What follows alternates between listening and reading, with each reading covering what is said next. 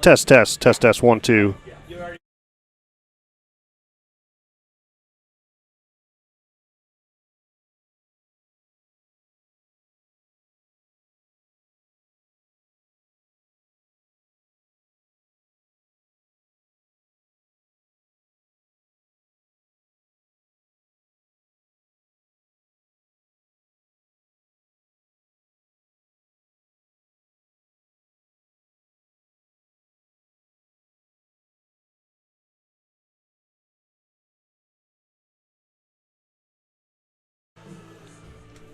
Hello and welcome, ladies and gentlemen, to November.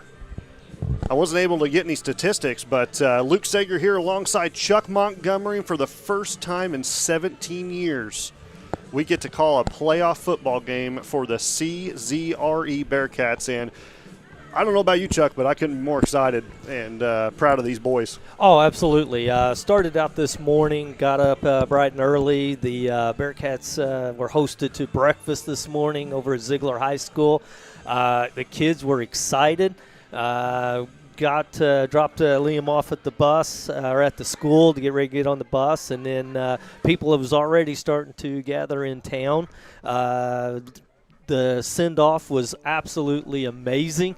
Lots of people showed up to send the boys off. The fire departments from every town involved was there. It was great. It's been a great experience. It's been a lot of energy in town. People are constantly coming up to me, and you know, we're excited for the game tonight. We can't wait to hear the call and to get this thing started. Yeah, and I'm just it's great to be here. I mean, like we said, it's November 1st. We get November football. I can't tell you the last time we played a November playoff game because typically it was before. Yeah. It was like the end of October. Yes. So, you know, dating back, it'd probably be quite – I'll have to look it up. I was going to do that, but kind of ran out of time, and we've had some technical difficulties. And we do want – if you're listening right now in our pregame, it is audio only. IHSA rules will not allow us to do video. If you want video and no audio, since it's the NFHS. NFHS. So you'll have to download that app, pay a subscription of around $14 for the month. You'll be able to watch this game. So We're sorry we can't bring you that, but we have our lovely voices and a lovely picture here for you to look at. Absolutely. And they won't even let us have our scoreboard. They won't even let us have that up there. Although I noticed the Johnson City game had that, and I quite didn't follow that particular as well. So the way I have it, let's just make the state happy. You know, we don't want to violate anything and get our school fined. That's how, you know, we want to be respectful. And we understand, you know, this is playoff football, obviously bigger atmosphere. But regardless, we're here in Vandalia. It is a beautiful day. You couldn't ask for better football weather. This is perfect. This is perfect. Driving up here, I got a little bit concerned because, you know, rain has been kind of off and on in the forecast. We had some sprinkles. Right now here in Vandalia, we are overcast. The sun has been coming in and out. Winds coming right out of the west, northwest at about, I'd say, gusting to about 15 miles an hour every now and then. But we're bundled up here. We're up in the box. It is chilly. I see a ton of blankets. The Bearcats have traveled. Bearcat fans have traveled well. I see a lot of Bearcats over there. We have a nice little parking lot. I think we could have had a heck of a tailgate if we knew about this. Exactly. And I know there was the information that went out about we could tailgate, but this is new to us. This is. I mean, so, you know, we kind of going on the fly here with everybody. I think next year when we're in this situation and if we are not at home first round next year, then we will definitely have the tailgate ready to go. There's nothing I would love more than to host a home football playoff game. Oh, wouldn't that be sweet? I mean, I think I'd be there at 6 a.m. before the sun came up. Yeah, I think half the town would be up there. Oh my gosh, I'd be pulling in everybody. But no, we're super excited. More fans are starting to come in. We got about 24 minutes until kickoff, believe it or not. Those of you that are listening, and I don't know if I can see real quick how many we have. So we got about 29 of you on so far. If you could spread this link, it was our mistake, but we had the wrong link that was posted. So I went ahead and posted it on Facebook, Christopher Talk. Chuck's been kind of sending out to everybody. We do apologize. Thankfully, we got here early and was able to identify that because I was like, I don't even know where the game's at. So, but we're all good now. We should be up to date with everything, and we will start to get ready to call this game. But, with that being said, this is our pregame. Let's talk about both sides here. So, obviously, coming in 5-4, Bearcats get the lowest seed, or I should say the highest seed. Sorry, I always, get it kind of. But they get the highest seed, so they're going to come into Vandalia. Vandalia, 9-0 on the season. They are a very fast-paced team. I've watched film. They have incredible speed that could really have explosive play potential for the Bearcats. And I know talking to some of the coaches, especially during the week, that is their mentality on defense. We have got to eliminate those potential explosive plays. Yeah, so trying to do a little research through the week. I get most of my information off of Max Preps. They don't post the Max Preps. So good old Chat GPT, and I had Chat doing some searching for me. Their quarterback has had some really big games. Passing, big games. I think they played Carlinville at the beginning of the year. Carlinville is playing DuQuoin today in the playoffs, and they beat Carlinville, I believe it was 55-12. Wow. They had 555 yards of total offense in that game, 230 some odd yards passing. Their running back had, I want to say it was like 135 yards on 4 rushes. So they are a very explosive team. They are going to put points on the board, and they can do it in all facets of the game. Just walking in here, and as I was walking by, they have some pretty good size, not only on the line, but even their skill players are very solid, well put together. Yeah, and I know talking to some of the coaches during, the week, as we kind of watch the captains come out for the coin toss. But, this line, believe it or not, is not like a Black Diamond line. No. Black Diamond, we have some very large boys that are able to just penetrate and knock you on your butt. This line, kind of flexible a little bit. They are used to the passing protection. So it's going to be interesting to see if we can actually get in there a little bit of blitzing, maybe some penetration. I think that's going to be key for disrupting this offense because those of you that maybe didn't watch last year, which I can understand, you're probably just now hopping on the wagon a little bit, supporting our boys, but this is going to be a deuce offense. You're going to see a lot of spread, a lot of passing. This is going to be an airstrike today. Yes. So be prepared. They're going to do a lot of things, a read option. I mean, just tons of different things. But really, I think right now the key to this game, eliminate the passing early. I agree with you.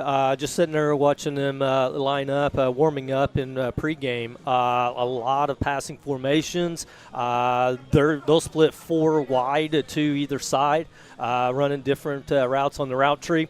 Quarterback looks like he does have a pretty decent arm.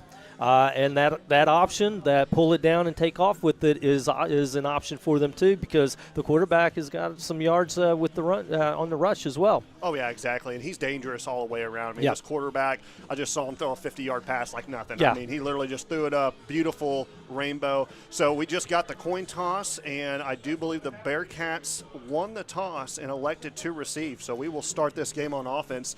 And honestly, not a bad bet. I actually like that. I think we do need to take the ball. We will be going into the win, though. That is one thing. So, when you win the toss, it's nice. You get to take what you want, but the team gets to kind of have a little bit of momentum, I guess. And, I think that's a good call for Coach Rude on choosing to receive the first. We have had a little bit more success offensively at the beginning of a game than we have had defensively.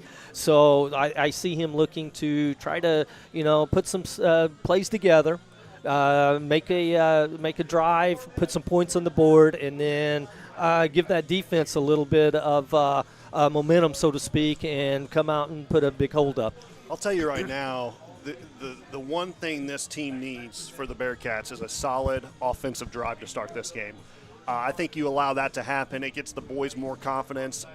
We come into this game, we have nothing to lose. This is a 17-year drought. We get to play football in November. It's bonus. This is bonus football. And the thing that's about this, too, is the coaching staff, the boys, they get to experience something that has not been experienced in 17 years. Yeah. And for them to have the season that they have, we didn't expect this. No. Everyone was like, let's focus on game one. Let's win our first game after a 20-game drought. We did that first week. You have those building blocks that continue, and that's what this group, this organization, this school has done, and I couldn't be more proud of each and every single one of these boys, the cheerleaders to all of our athletes. They have done a great job this year, and regardless of the outcome of this game, those boys should have their heads high and be proud. Oh, absolutely. The confidence that you hear from the boys as you talk with them, it's just through the roof. And this is just going to carry forward. Yeah, we're going to lose a lot of important seniors next year, but our sophomores coming in, our juniors who are getting a lot of playing time right now, that confidence is starting to exude through them as well. Yeah, no, and it's just not the senior leadership. You're starting to see those juniors who are recognizing this is my show next year. You're seeing the sophomores saying, I'm going to be in this role next year. And they have now got a standard, so to speak, that they're going to have to live up to. And they're fine with living up to that standard. Exactly. That's the buy-in. That's the buy-in that we've been waiting for. And that's the thing, too, like talking to Coach Mike Rood, he is able to get the buy-in from these boys. I think that's the biggest thing as a coach. A lot of coaches come in with that approach where it's like, do as I say, Yeah. A lot of kids don't respect that. Mike Rood came in, sat down with each player, showed them the plan of what he had, and I think as a coach, that's why he's a Hall of Famer. Yeah, and I'll agree with you. And to add to that, myself, I'm a teacher, okay? A lot of kids, you have to you teach them how to do it, but then you have to teach them why it's important to do it. Yep. And I think, Mike Rood does that very well. But also, Mike Rood has that reputation that he's done it. And the kids understand that this guy knows what he's talking about. Yes. And the buy-in, the acceptance of doing it the way he wants it done is so much faster. Oh, yeah. We don't have to get to that point. Here's why we do it that way. They understand that Coach Rood says that it must be important to do it this way because Coach Rood knows exactly what he's talking about. Yeah, and, you couldn't say anything better. I'm not going to even go even more on that. You're spot on with it. So, but yes, and I'm just so happy he's here. I know he's happy. We won't even talk about next year because we don't know. We'd love to see him back, but he's got grandkids. He's got family. He does. Christopher, obviously we can talk about the past, but we won't. But things could have happened to where he could have been here a lot longer. But hey, it's gone and over with. Yeah, and the thing about that I have gathered with the short time I've been around Coach Rood is that he has a passion for this game. He has, if not, he would have not been coaching as many years that he has, and he would have not taken on the challenges that he has through his career. How many he brought the Vienna program from nothing to a playoff quality football team. What he did in Johnson City, the short-lived Northland College experiment, turned the CZRE program back around, and then came in here to his alma mater and he said, I'm here to turn this program well. And that comes out of love for the game. That's passion, and that's a desire to keep teaching. In the end of the day, he's an educator. And once that's in you, that stays in you your whole life. You're always looking to teach. And he's the epitome of that, no matter how old I am, no matter how many years I've been doing this, I'm still willing to teach. I'm still willing to lead. And believe it or not, he's learning as he goes. Yeah. He's learning these boys. He's learning new things as well every single day. So, and that's one thing too. Like I always try to put myself in his shoes sometimes, and I know how much he cares about this game and how much heart he has, and you see his emotion when he gave his speech at the pep rally and stuff like that. And you almost have tears to your eyes because you're like, he cares so much about this game that I don't know anyone else in my lifetime I think I know that would love this game more than him. And that's how hard it is to get away from it. Exactly. Like, from what he's done over the past 50 years, if not more, Exactly. He has done so much for Southern Illinois, for the athlete. Every athlete he has coached, taught, they've all done something better in their life. Oh, absolutely. And he's just that type of person who he teaches you how to do better. Yes. And it just carries forward. Did you see the article? It was actually a report that WPSD did. Yes, I did. I didn't watch it, but I read too, through. And he his comment was, of all of my teams, of all the times that I've been in the playoffs, this is the most special of all of them. Yep. Now, that says a lot right there. It does. I mean, he's home. This is his home. Yes. And it sucks what happened, all the stuff and the drama that's happened over the years, but it's over and done with. I mean, he has came here. He has forgiven those things in the past, and it takes a big heart and a big person to let that go, I think, absolutely. in my opinion, and for him to come out and say that, I mean, that should bring everybody in our community, Christopher, Elkville, Royalton, the thousands of schools we have in our, like I said, we're just keep growing, but it's just something special. I know it's Elkville's first year in, but I'm sure they're probably more than thankful to have him on absolutely. our side. And yeah, and we've talked about that multiple times as well.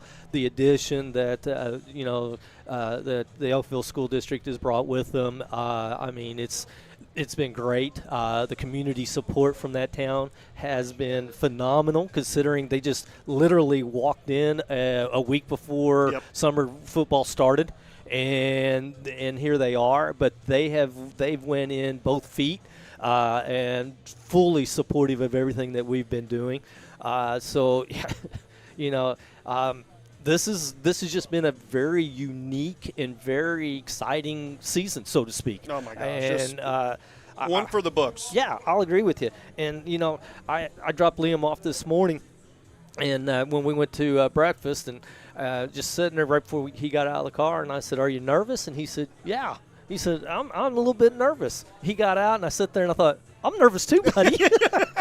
You bring up a good point. Yeah, I am too. I don't. And my wife said, well, is it nerves or is it just excitement and being anxious? And I said, it's all of it. It's all of it. One thing I know my wife pointed out when we were on our way up here, she goes, do people know what to do when we score? And I said, honestly, it's been 17 years, honey. I don't know if they do know, like, how big this game is. Yeah, exactly. I mean, even coming in 15 seed, who cares? Yeah. I mean, it is playoff football atmosphere, and we're not used to it. It's going to take some time to, and like I said, I love looking over. We have brought the whole town here. I mean, looking out. I mean, I know we estimated around 26,000. I think we're right around the 32,000 mark right now. Yeah. So about half of what showed up at the send-off today, probably. Yes, and a great send-off as well. That was awesome, seeing all the fire trucks from each individual village, city. That was combined. Cool. That's I awesome. Picked up on that immediately whenever I saw the Dow fire truck go through, and I'm like, oh my goodness! Every town involved here has their fire department, and that was a really cool touch. It was greatly appreciated. I know by the fans, the parents, and the boys. I know they were excited seeing all of us standing out there as they drove by. And to give them a shout out too, they rode in style. T Street Rides hooking them up. Yeah. I mean, my goodness. Hey, I mean, you got to. Could have been a lot worse. We could have had a 4-hour drive for all we would have known, but an hour and a half, hey, luxury. Hey, those buses are a lot better than the old yellows, I've had some long rides in the yellow buses, and they are not fun. But let's go over the roster for the CZRE Bearcats, because I just want to give everyone who's out watching, I want to give these players a shout-out. So, Gage Shalakey, done a great job all year. I mean, offense, defense. He's kind of your Swiss Army knife. He's done it all for us. Landon Savita, one of our captains. He is our senior quarterback. Need a big game from him today. Yep. Johnny Gaddis on the defensive side. He has just done great this year as well. He's made some big plays, some touchdown savers as well. Yeah. He has done a good job. Yeah, he stepped up in some key moments and saved some games for us, really. Yeah. Bryden Huey. I mean, what do I say about the young kid? He has came out last year. He was a big freshman that came in, had a lot of potential. He's growing as a student and an athlete, and I'm looking forward to see him grow. Yeah, in the next and he's couple of been, years. as the season's gone on, he's been given more and more responsibility and gotten more and more time. They're bringing him along very well. They are. And we have Landon Butler, LB, our senior as well, wide receiver. I mean, he does so much. He is on the defensive side, special team side. Yeah. It'll be interesting to see if Vandalia actually kicks off to us. I'm looking forward to that part of it. Because we do receive the ball, and I'm telling you right now, I think we have one of the most dangerous special teams in the region. On our return team, yes. I mean, we've talked about that before, that multiple games they've kicked to us. And multiple times we either ran it for a touchdown or had a big return on it. Yep. And we got Frankie Guerrera, number 7, and he's a junior. I thought he was a senior, Yeah, so he'll be coming back. And he's one of our Elkville he kids. Is, and so he was a big – I mean, how many times we called out his my name goodness. this year? And the catch he made last my week, gosh. that one-handed catch was phenomenal. Just great. Look forward to having him back. Hunter Hammonds, I mean, what can we say about this guy? This guy, we've said it all season, he gives you 100% every game. Yeah. It doesn't matter if it's the fourth quarter, we're down by 50. If you need a yard out of this kid, he's giving you 10. I mean, he's going to give it all. So shout out to him. Landon Walker, he's going to be our senior tight end as well. Yeah, so. Another one of our Elkville kids. He's a lot more on the defensive side of the ball than he does on the offensive side, but he's made some big plays for us this season as well. Leo Tucker, our senior D-back, and he's been our wide receiver as well, and he's caught some pretty good passes. A good one at home was against and we have the national anthem, so we'll come right back, and I'll get the rest of our athletes. So we will stop real quick.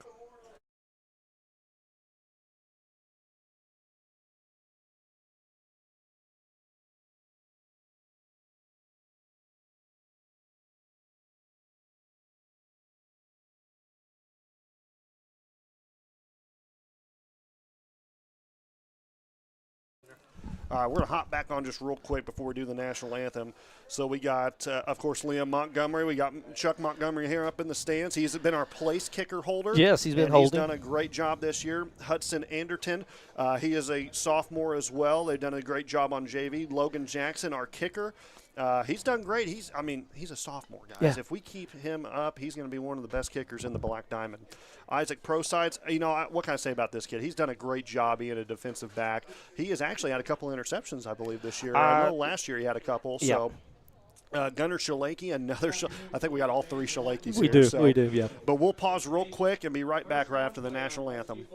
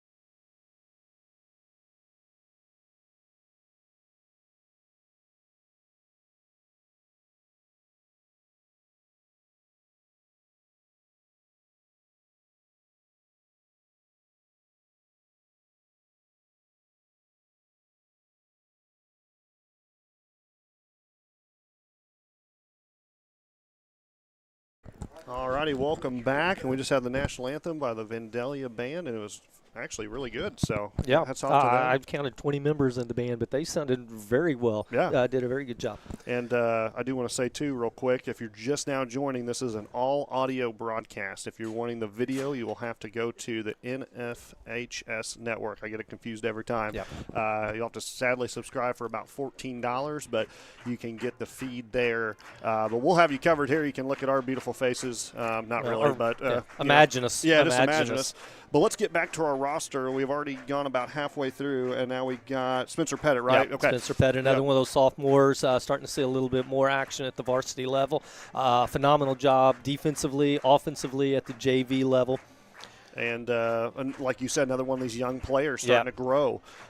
Jack, I believe, Rapich? Yeah, I believe so. And that is going to be – is that one of our Elkville kiddos as well? That one I'm not sure of. I'm not sure. And we got Jackson Gaddis. He has been just phenomenal as well. Yeah, he's made that linebacker, he's made some big stops. He's been growing as not only as a student but as a player, and we get him back next year as well. Landon Farmer. He's a Elkville kid, big-time running back on our JV squad. He's been out with a shoulder injury, but looking forward to getting him healthy again. I'm sure he's here, just not dressed and ready to go, though. Yeah, and like I said, another young player, Lucas Grogan. Another sophomore defensive back for the JV squad. And he's done pretty good as a defense. Oh, yeah, you said defensive back already. So, we got Colt Allstat. I've actually just talked to him up here in the booth. He's next to Coach over here. I think he's injured or maybe just coming up here. But the Vandals are coming out, and they are literally coming out. In a chariot.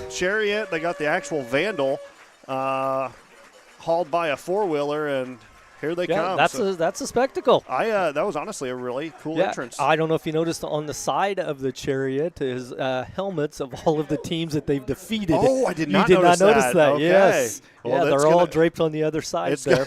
You see them now? As the Vandal actually. Yeah. Okay, interesting. So. Okay, then we got Caden Niblett. Junior from Ziegler. He's been playing that left corner. He's made some big plays.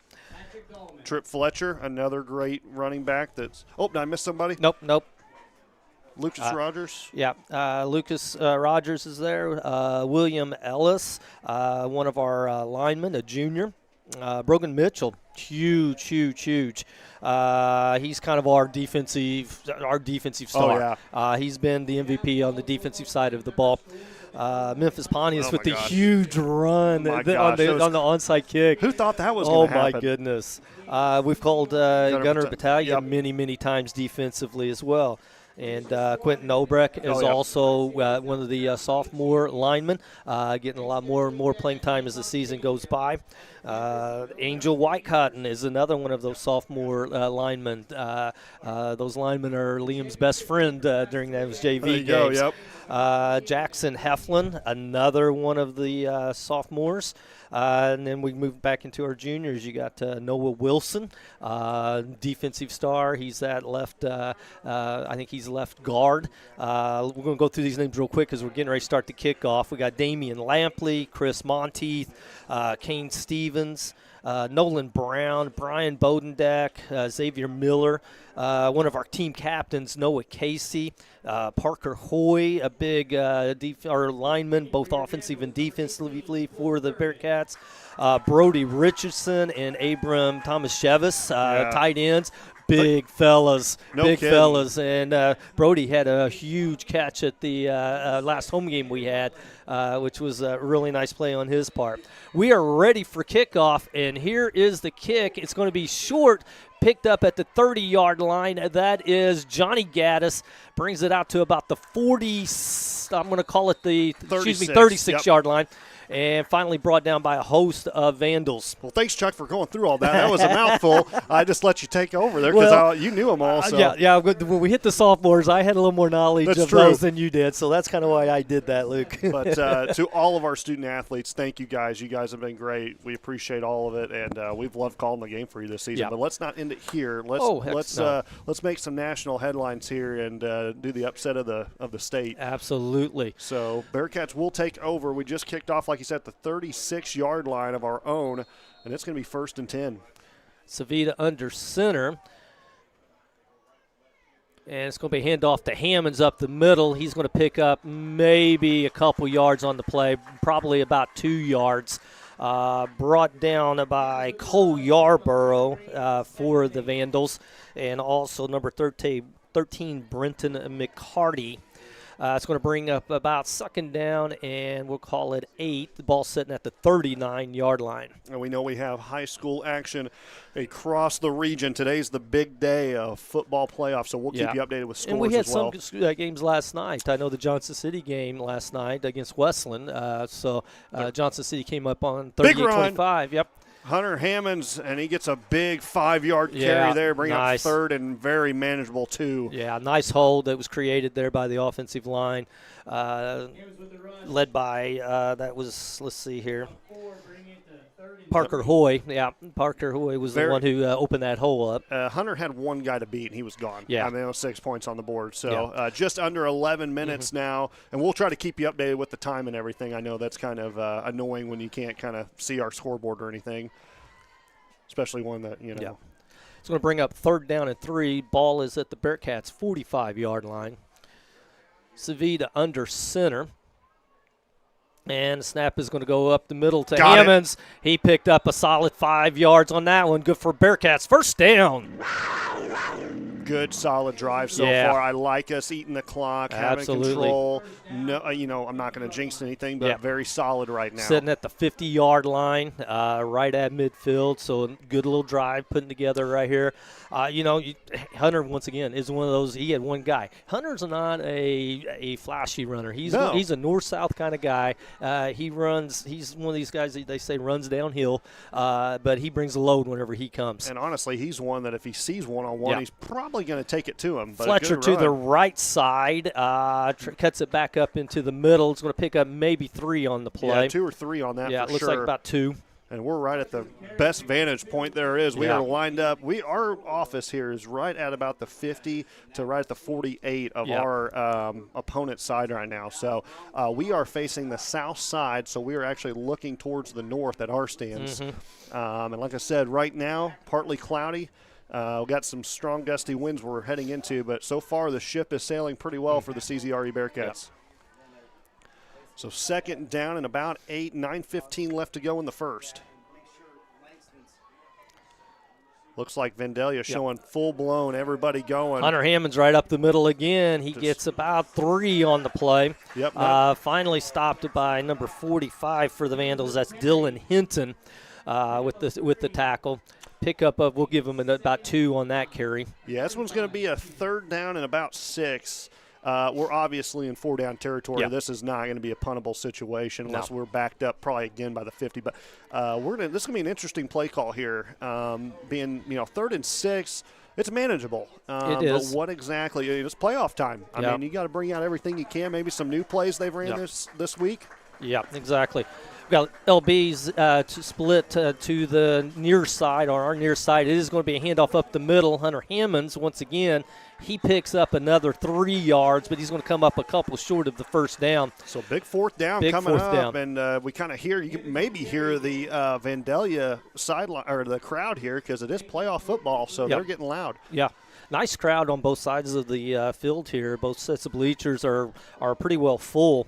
The home side obviously has more capacity than ours, but we've done a really good job of ourselves of bringing a good crowd today. The fence on the far side over there, we got all the way down. All of the dads who can't stand to sit. I would be over there if I wasn't here. It's 4th down and 2 for the Bearcats, and it's going to be a handoff to Hunter Hammonds. He's fighting. Oh, they might have gave it to him.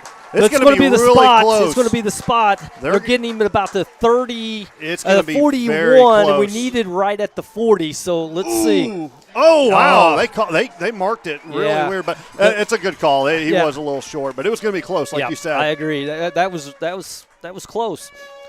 But, hey, not a bad first drive by the Bearcats. They were able to pick up a couple first downs there, or maybe just one. I'm not 100%, but that right there, not bad. But now we are going to get a test of the defensive side now. Yep. So turnover on downs, 7:33 left in the first quarter, and we're going to see the Vandalia offense for the first time. Yeah. Vandalia got a spread offense right at the moment, lone back in the backfield. 2 wide receivers left, 2 wide receivers right. 10 on the play clock here, a little bit of confusion maybe down going to 8. on. And finally, in the shotgun formation with 3 seconds left, it's going to be an option quarterback keeper, and he makes a solid 11-yard gain, finally brought down by Gage Schlakey. Ball at the Bearcats' 48-yard line. Yep, and that's going to be a big test. I know it's not just the passing, but it is that read, not even option. It's just the read handoff there. Well, with this spread offense like this, having wide receivers wide, it brings our corners and our linebackers have to respect the outside game. That's going to be an encroachment. Okay. Yeah, it's going against the Bearcats. At first, the referee went the other way, but left end on this side got a little anxious, got a little flinch there right before the snap, trying to read it, and just got a little early. It's going to be a 5-yard penalty. It's going to bring up 1st and 5 for the Vandals. And like we said before, they are fast, and they are moving fast. I mean, no huddle, no nothing. Yeah, and that's part of the thing I've read about them too. They get to the ball quickly. They don't waste time. It's going to be an inside handoff fake, quarterback keeper, and picks up a solid maybe 6 yards, finally brought down by Johnny Gaddis. Looks like, depending on the spot, but that's going to be close to a Vandals first down. Do I see a flag on the sideline? Yes, going to be at the far side, so I'm not sure what this was. Let's see what we got here. The fact that it's on our sidelines a little bit, unless it just fell out of his pocket. It looks like it just fell out of his pocket. He's picking it up now. Oh, no, sideline warning. Oh, so, okay. That's interesting. Yeah, okay. Well, I didn't see anything. I didn't either, but who's our get-back coach?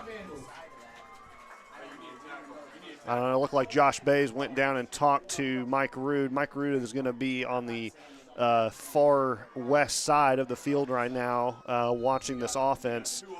Regardless, one thing I did notice, and we're getting ready to have this first down and 10 now, number 4 actually helped the quarterback move a couple extra yards. We did have a flag earlier in the season where it was helping. Aiding, aiding. You can push from behind. You can't pull. Yeah. You can't pull. So it's going to be a rollout for the quarterback. He finds his target at the 30, breaks one tackle, and eventually is finally brought down by – at the 10-yard line. I think Guerrero was on that. Frankie Guerrero was the one that finally brought him down, but huge gain for the Vandals on that play. Schlakey on that one just didn't break down, kind of went towards the sideline with him. If he would have broke down there, I think he would have got a stop about 10 yards back. And the Vandals are right back up at the line of scrimmage. Very little time passed. It's kind of a no-huddle offense here. It's going to be a quarterback keeper, and he's weaving his way through the middle and falls on the ground. Ball's in the end zone on the ground. Let's see who has it. I can't tell. Hang on, we're waiting for the call. Recovered in the end zone by the Vandals for a touchdown. That was so Had an close. opportunity. We sure Had did. an opportunity. And we had a lot of Bearcats there, but, the ball popped out and sadly just not going in our direction there. But that would have been a huge – Oh, my goodness. Would have been a change of pace there, of momentum. So that right there, Vandals score first and draw blood here. First quarter, 5:49 left to go. But a quick drive, no huddles at all for the Vandals. Yeah, they came out that very first possession or that first play, and there was like 3 seconds left on the play clock before they snapped it. They do line up for the PAT, and the kick is good right down the middle. So here with 5:49 in the first quarter, the CZRE Bearcats nothing, and the Vandalia Vandals have jumped out to a 7-0 lead. Sorry, making a post real quick to keep everybody updated at home. So I want to make sure They're not watching that. They're listening to us. That's right. They are. We've actually got about 307 on y'all right now. So that's nice. In about 10 minutes. Because when we first started, there was 47 of them. That is true. So, but no, we're really happy to have you bring us into your homes and listening to this playoff round 1 action of IHSA playoffs. So, 17-year drought. But, defense didn't look too horrible. Like I said, this is a very fast offense. Oh, my goodness. I didn't really realize this. One of their wide receivers, I forget which one it is, ran a 10-8 100-meter dash. Oh, my goodness. And I got for those of you not track people, that's moving. Olympic speed. That's a state place in the state. All right, Good the kickoff, nice kickoff, caught it about the 13-yard line by Butler. He's weaving his way up the middle. He's got room and finally brought down at the 35-yard line. So a good 20-plus yard return for Butler. I hope they keep doing that. I hope so too. I do, because he was just picking his way through, and he's one guy. He's that type of runner. He's one guy away from breaking the big one. My heart honestly stopped for a second. Yeah, I thought that was going to be an answer. He had really about two guys to beat after a little hole, and he could have broke that one. Man, he's got good vision on those kickoffs. Does. That is so hard to do. It is so hard. You have 11 guys running full steam, headed for you, and you're running in their direction, and you're trying to avoid all of that. So that's just a tough job to do, and Butler does such a great job. Handoff goes to Fletcher to the far right side. Nowhere to go. Maybe a yard, maybe a half a yard. I'm going to say a half yard on that one. Yeah, so it's going to bring up 2nd down and 9. Ball sitting at the 36-yard line for the Bearcats. So Vandals 7, Bearcats nothing. Bearcats 2nd down and 9. 5:20 left to go in the first quarter. Butler coming in with the play. Bearcats not as fast moving to the front to the line of scrimmage but that's not their game. That's not their game. And that's fine. Our game is a control game. Yes. So. And control, honestly, if you have control of the clock, that's the biggest win for the day for us. I agree. So it's going to be a fake handoff. Savita's got Slakey down on the far right side. He makes the catch! Oh! He dropped it. He had it in his hands, and as he came down, he lost control of it. That would have been a 35-yard pickup, but Slakey just couldn't hang on to it. Oh, my goodness. That is crazy. Yeah. He had his guy beat on that far sideline. Savita gave it everything he had. Throwing into that wind, it just didn't go as far as what we normally would see out of Savita. Schlakey did a really nice job of coming back for it. As he broke back, the defender fell down. Schlakey had to go up to get it, and when he just lost it on his way back down. I think what happened was the defender's helmet actually popped out. It looked just for possible. my angle. Yeah. So, well, unfortunately, we can't look at the replay, so take your word for it. 3rd and 9 for the Bearcats. It's going to be a jet Schlakey sweep. in motion, and he's coming to the near side. He's at the 35. Drove out of bounds by 2 Vandals at the 38-yard line. And the punt team will come on. Yeah, this is definitely punt territory at this point. And the one thing I am kind of concerned about is the wind is blowing directly at our face right now. And it looks like I just got a text. Looks like the NFH network is not doing too good. Well, so a lot of people might be coming right over to us. IHSA, Yep, right to them, and complain that you wanted to watch this on the Bearcat Nation Network, and I'm sure that will fix all problems next year. Yeah, for next year. But here we go, 4th and about 8. Logan Jackson snap punt, actually really good out of bounds. For the wind, yeah, that was a perfect punt. Picked up at a 30. Weaving his way through. He's got the sideline. Finally, Niblet and 13. 32 as well as that. Yeah, Logan Jackson, the punter, Yep. was in on the tackle.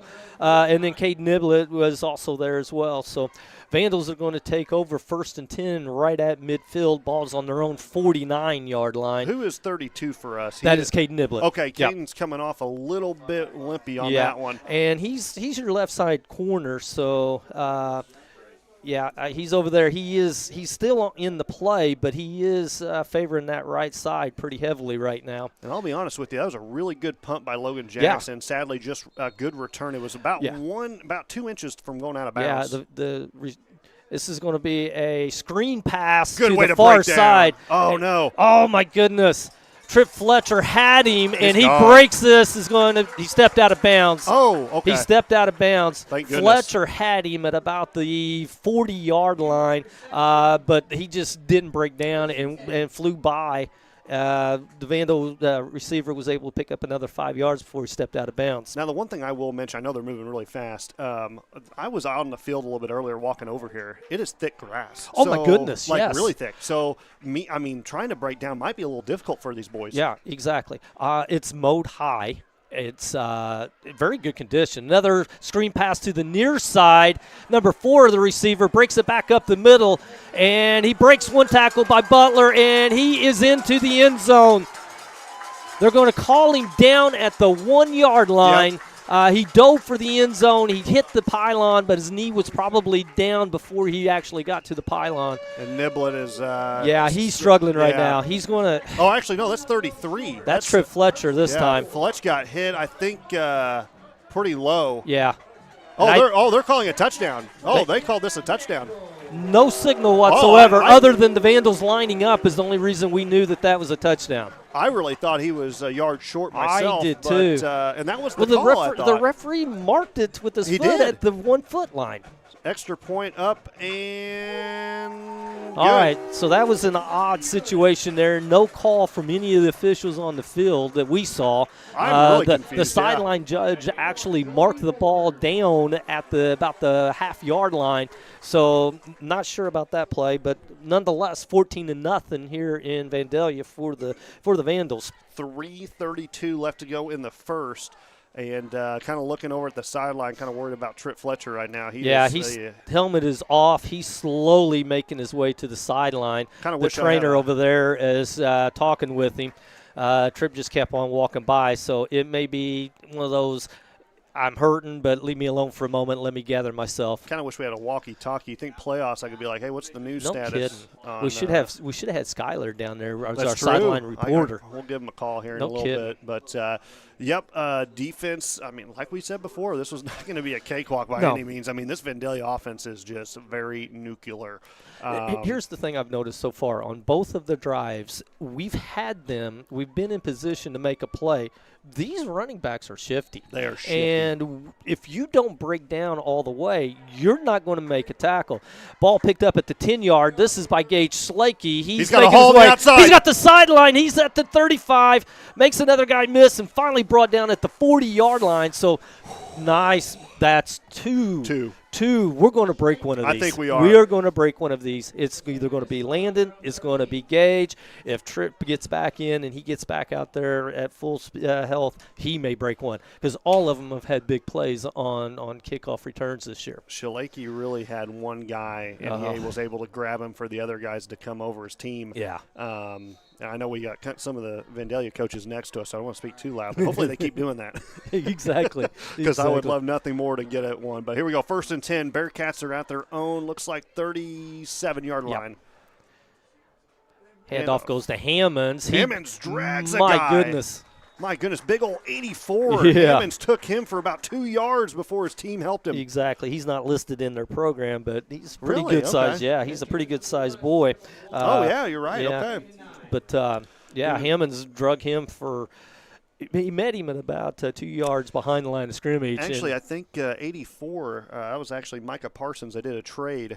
He came over from the Packers this week. So you looked at me for a second, you're like, what?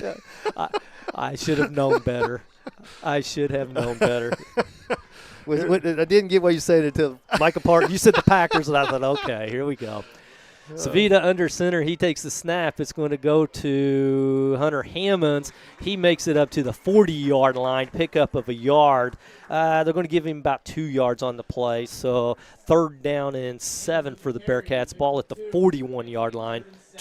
Go ahead. Oh, no, you're good. Sorry. 2:20 left to go. I know we're both fighting for speaking terms here. I have no camera. I don't have a lot to do. No scoreboard. Well, it took all of that. You just have that tendency to want to talk when you don't use your hands. I know. So. I'm like, I have no scoreboard. Usually I'm doing the scoreboard for this stream. The camera. I got the camera. I got nothing.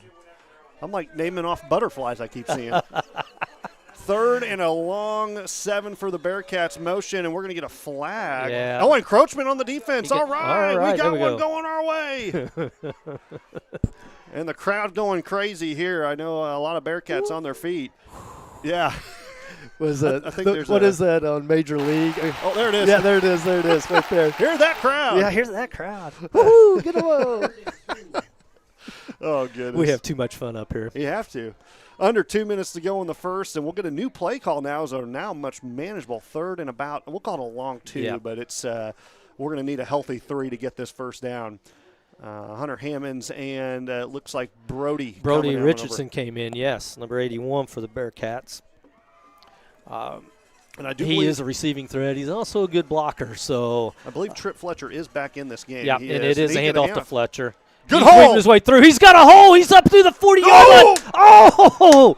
He tried to make a move and lost his footing. He was all alone, made a move on a guy and broke his ankles. Guy was on the ground and just reached out and trip up as he was going by. Huge play for the Bearcats. More importantly, first down. Yeah, and that was huge. And I'm not trying to be mean. Vandalia's been great to us so far. The fans have been nice, but man, this field just doesn't seem like it's a weird field. It's we're a home slipping. field. It's home field advantage. It is. They're used to it. We're not. This field looks like the beginning of the Bearcats field, their span field at the very beginning of the year, right before it gets mowed. It's a little bit taller grass. It's a very green grass. Not much patch in it at all. Handoff goes to Hammonds up the middle. He's going to pick up maybe 2 on the play. It depends on the spot here. And we have a timeout. Yeah, oh, that's Hunter Hammonds. That's Hunter Hammonds grabbing that knee. Oh, no. That's not something I want to see at all. He's hurt. He's in pain here. Trainer is out. I'm hoping it was just a helmet on knee or something like that. I know I didn't really see anything that was too concerning, but like I said, our point of view is not the best when you're down there. Right, Coach Gray, I believe that. I got a coach. That's actually going to be Josh Bays down there. Okay, Coach Bays. I couldn't tell who the other one was. Yep, Bays. I'm not used to seeing him in anything but shorts and a T-shirt or a polo shirt. He's got a jacket on. Hunter's really he's in pain pain right now. Mm-hmm. I really hope that is not a significant injury because he did grab it looked like his left knee. Immediately. Oh, man, I hate that. We're going to get a little break here. Like I said, don't know what exactly happened. Could have been twisted around. There was a lot of red jerseys in there on that. They're going to lay him on his back now. He can't. He's in really significant pain right now. Oh, hang on. They're going to maybe get him up, and they're going to help him off to the sidelines. I'm going to assume a helmet or a knee-to-knee contact. Something, bone on bone, perhaps. And trust me, in these conditions, those hurt. It's even worse. Yeah.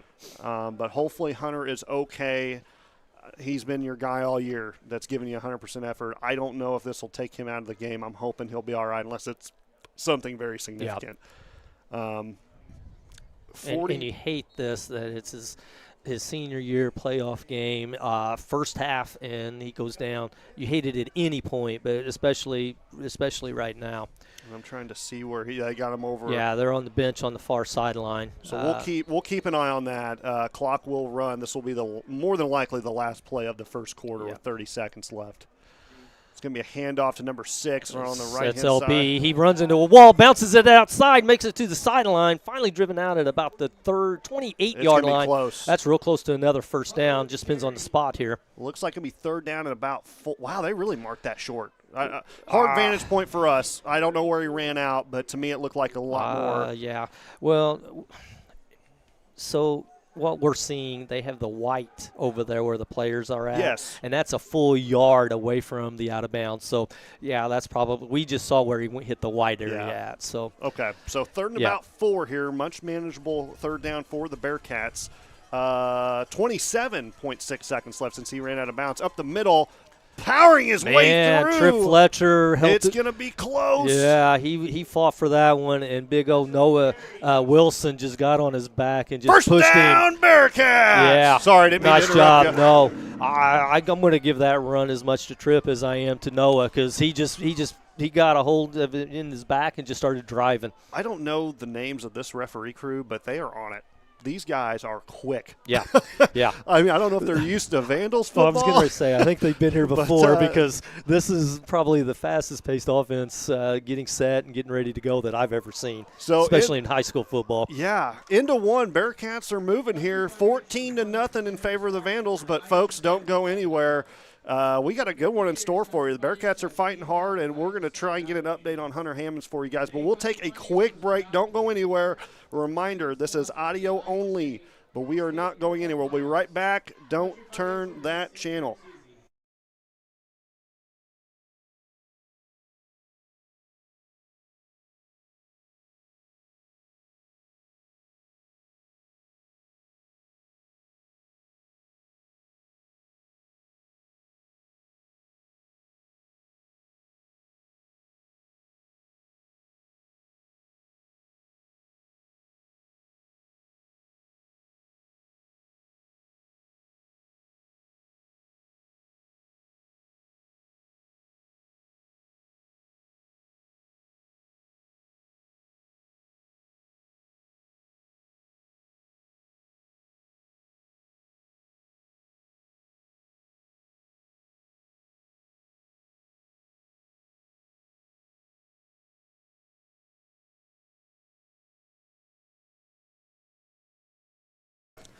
All right, welcome back. Luke Sager alongside Chuck Montgomery. We have flip sides. The Bearcats are at the Vandals. We're going to call it the 27-yard line. It's going to be a 1st and 10 for the CZRE Bearcats. We're going to start second quarter action, and play clock will start. Yeah. So they're on Just top got of a it. report from our man Skylar Stevens over on the sideline. Checked in on Hunter. Pads are off at the moment. It looks like it might be a knee problem. Probably doubtful for a return on the game. We start here at second quarter. Slakey with a nice run, cuts it back inside, brings it all the way up to about the 20-yard line. Pickup of, we're going to call it, I'd say 6, 5. Yeah, 6. They're going to spot it at the 22-yard line. So 2nd and 4, good run for the Bearcats there. I would love nothing more to cash in on this. This would be a really good scoring opportunity. Yeah. I know this Vandals offense is just nuclear on us, but hey, anything's possible. We had a forced fumble in the end zone, just didn't bounce our way. That seems to be just the headline of the season for some odd reason. Yep. But like I said,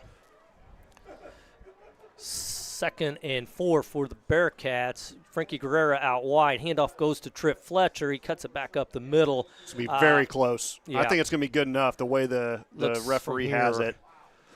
So I just got word that NFHS Network is having major technical difficulties. So we have brought in now media coverage from the Italian Club and KC Hall. So we want to welcome our viewers, and a big shout out to all of you watching back at home, Bearcat Nation. We want to hear you on your feet because it is 3rd and 1, and the Bearcats are now in the red zone.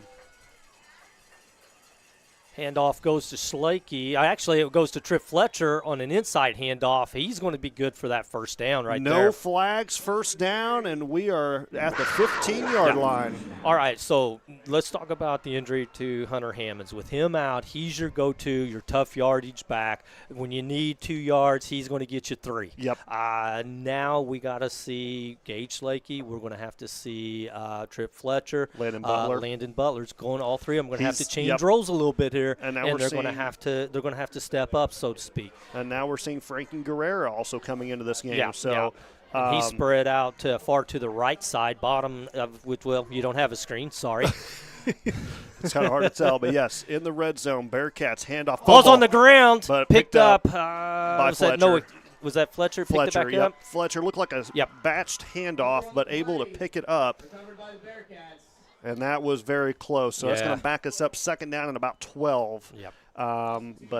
Again, big shout out to the Italian Club, everyone back at home. I can actually tell because we got about 552 of you on now. So that definitely changes the ball game when you have, especially when you have to pay for a network too. I know it. So we apologize for that. But hey, we're free here, and you get to listen to us. So hey, how much better could it be? I know, right? Pass on the play. Guerrera sets down. He makes a huge catch at the 10, driven back to about the 12-yard line. Mark him at the 9. Yeah, they spot him at the 9 with the forward progress. And we can pick up the first down at about the 7-yard line. So it's going to be, actually we'll call it the 6. So we'll call it 3rd down and about 2. Yeah. Very long 2. Yeah. Frankie he read that little hitch pattern there. He really sit good. down really good, and as the ball was coming to him, he made his way back to it. Nice play by Frankie. Wouldn't have mind a hitch and go action there because that cornerback bit on that. Might be something that the coaches over there see. Yeah. But here we go. 3rd down 3. Bearcats at the 9 of the Vandals. Trying to punch in.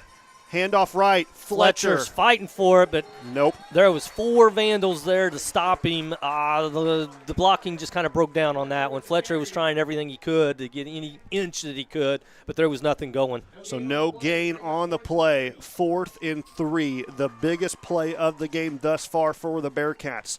Vandals lead this one 14-0. And we're going to see the play call come in. 30 seconds on the play clock, 8:12. I'm sorry, on the game clock. Yes, sorry. Yep. That's a long play clock. It is, yep. Vandals, the fans are on their feet here, loud. Almost feels like we're going to fall out of this booth. It's shaking. It's a shaking, I'm telling you, folks. 15 on the play clock. Fletcher and Slakey in the backfield. Butler is the wing back, and Guerrera split out wide. It's going to be a pass rollout. Shalakey. He's got Slakey to the far side, and he gives it a long toss up in the air. Oh, Butler had it. Bounced off of his chest, it looked like. Tough play for Butler.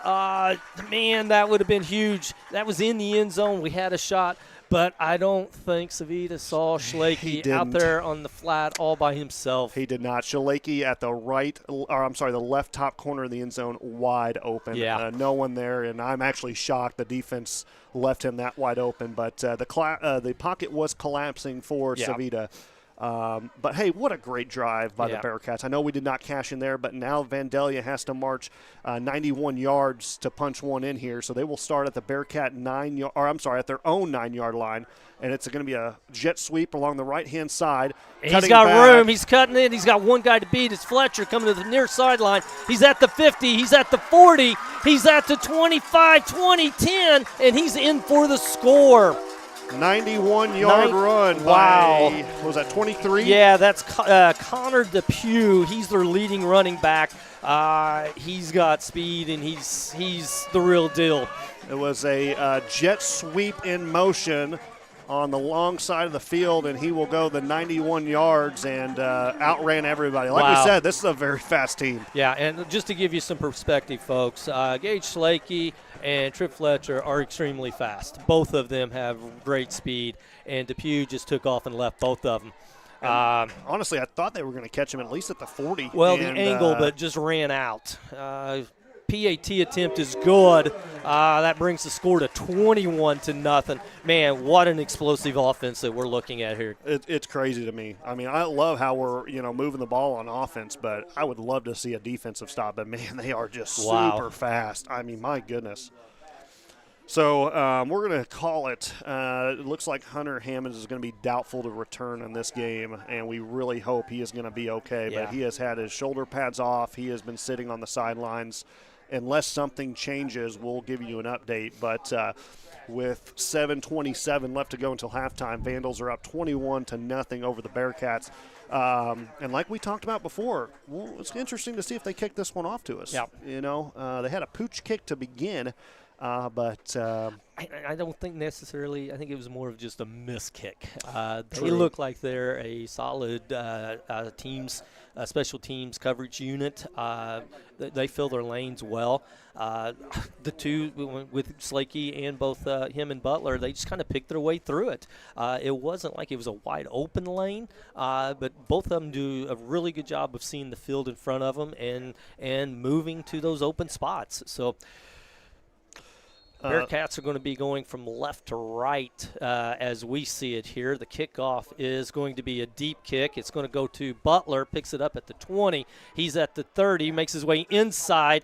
He's still at the 35, still on his feet, trying to lose nice little another move. He makes it to the 40, 45. Oh, there's going to be a block in the back penalty for the Bearcats, though, so probably at about the 40. So that'll march it back to, my guess, 33. is about the 33 is where we're going to end up with it.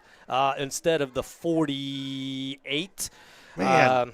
So nice return by Landon Butler. It was. I saw it before the flag came out. So I got to give credit to the boys too. There have not been that many penalties on us at all. I mean, and I can say that all season long. True. We've really and truly cut down the penalties and the silly mistakes, the lack of attention or lack of focus mistakes that we've made in the last few years. So, definitely give credit to them for that. And we missed it by a yard, Luke. We're sitting at the 32-yard line. So 7-17. The wind is at our back, so that's the one good thing we have going for us right now. And we got Frankie Guerrera split out wide to the far side, top of well, again, not your screen habits. Sorry, folks. It's going to be Schlakey on the handoff to the left side. Pickup of no gain, actually probably going to lose about a yard on the play. Yeah, we did lose a yard. And wind really starting to pick up. You can probably actually hear it in our microphones because it's actually getting into the booth here. But loss of one. Bearcats are at their own 31-yard line now. And some scores around the region. Those of you that don't know, Johnson City did win last night 38-25. Flora and Nashville are tied second quarter. Cesar up 8-6 over Greenfield. DuQuoin 21-0 against Carlinville. Carterville 28-0 at halftime. And Chester is down 14 at halftime, 20-7 there. Benton has not kicked off yet. That'll be a 30-more minute delay. Marion is down 14-0. Bearcats.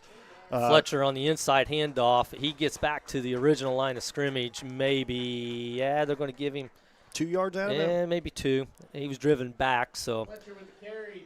West Frankfort and Roxana scoreless after first quarter, or no report coming in there. And then looks like we do have Cahokia 24, Centralia 7.5. So that's the scores I have for you right now. We'll keep refreshing that. The Benton game got delayed an hour due to a wreck on the interstate, and St. Ogden was delayed there. They were stuck in the traffic jam, so they delayed the game an hour. 5:50 left to go until halftime. Big third down here for the Bearcats, and I think we might have to call a timeout on this one, and we do. Coach Rude wanting to rethink this one, and I don't blame him. That's our first timeout I think we've taken. I'm not 100% sure. But like I said, this is obviously we came in this game with nothing to lose, right? It's happy. We're here. Bearcats have done a pretty dang good job, in my opinion. Yeah. I mean, I know Vandal's offense is just explosive, but really our offense is moving the ball real well. Yeah, we've, the Vandals defense has made the big stop when they've had to. Yeah. We've had a couple of opportunities. We had a pass in the end zone, possibly could have been caught. We had a couple other big plays. The fumble. The fumble, yeah. So, I mean, we've had our opportunities. We're just not taking advantage of it just yet. Yep. So, but here's the thing, and you know it as well as I do. Skylar and I have talked about this, and whenever on the road games, we've seen this team put up some points in a hurry. Yes. Yes, we are a ball-controlled team. We like to eat the clock, but with the wind at our back and with the weapons that we have, I'm not ruling anything out at this moment. And it seems like all season long we've had this diversity that we've had to overcome, and the boys have risen to the occasion. So 100%. So I don't see us just laying down and taking this game. I think we're going to continue to fight. We're going to pull everything out that we have available, and we're going to make a run at this. Couldn't agree with you more, Chuck. 100%. These boys have done great. So here we go, 3rd down, 8. Big play for the Bearcats. It's going to be a pass. He's got somebody deep, but he's flushed out of the backfield. He's got somebody wide open. It's going to be Fletcher. Got it! Yeah, Fletcher's at the 50, makes a move up to the 48-yard line, but that's a Bearcats first down. Great job, Landon Savita with the rollout, buying time for his receivers to get open. Fletcher just went and found that opening where in between the linebackers and those deep safeties, because Schlakey and Guerrera took everybody deep. So great job by Tripp on settling in that little no-man's zone there.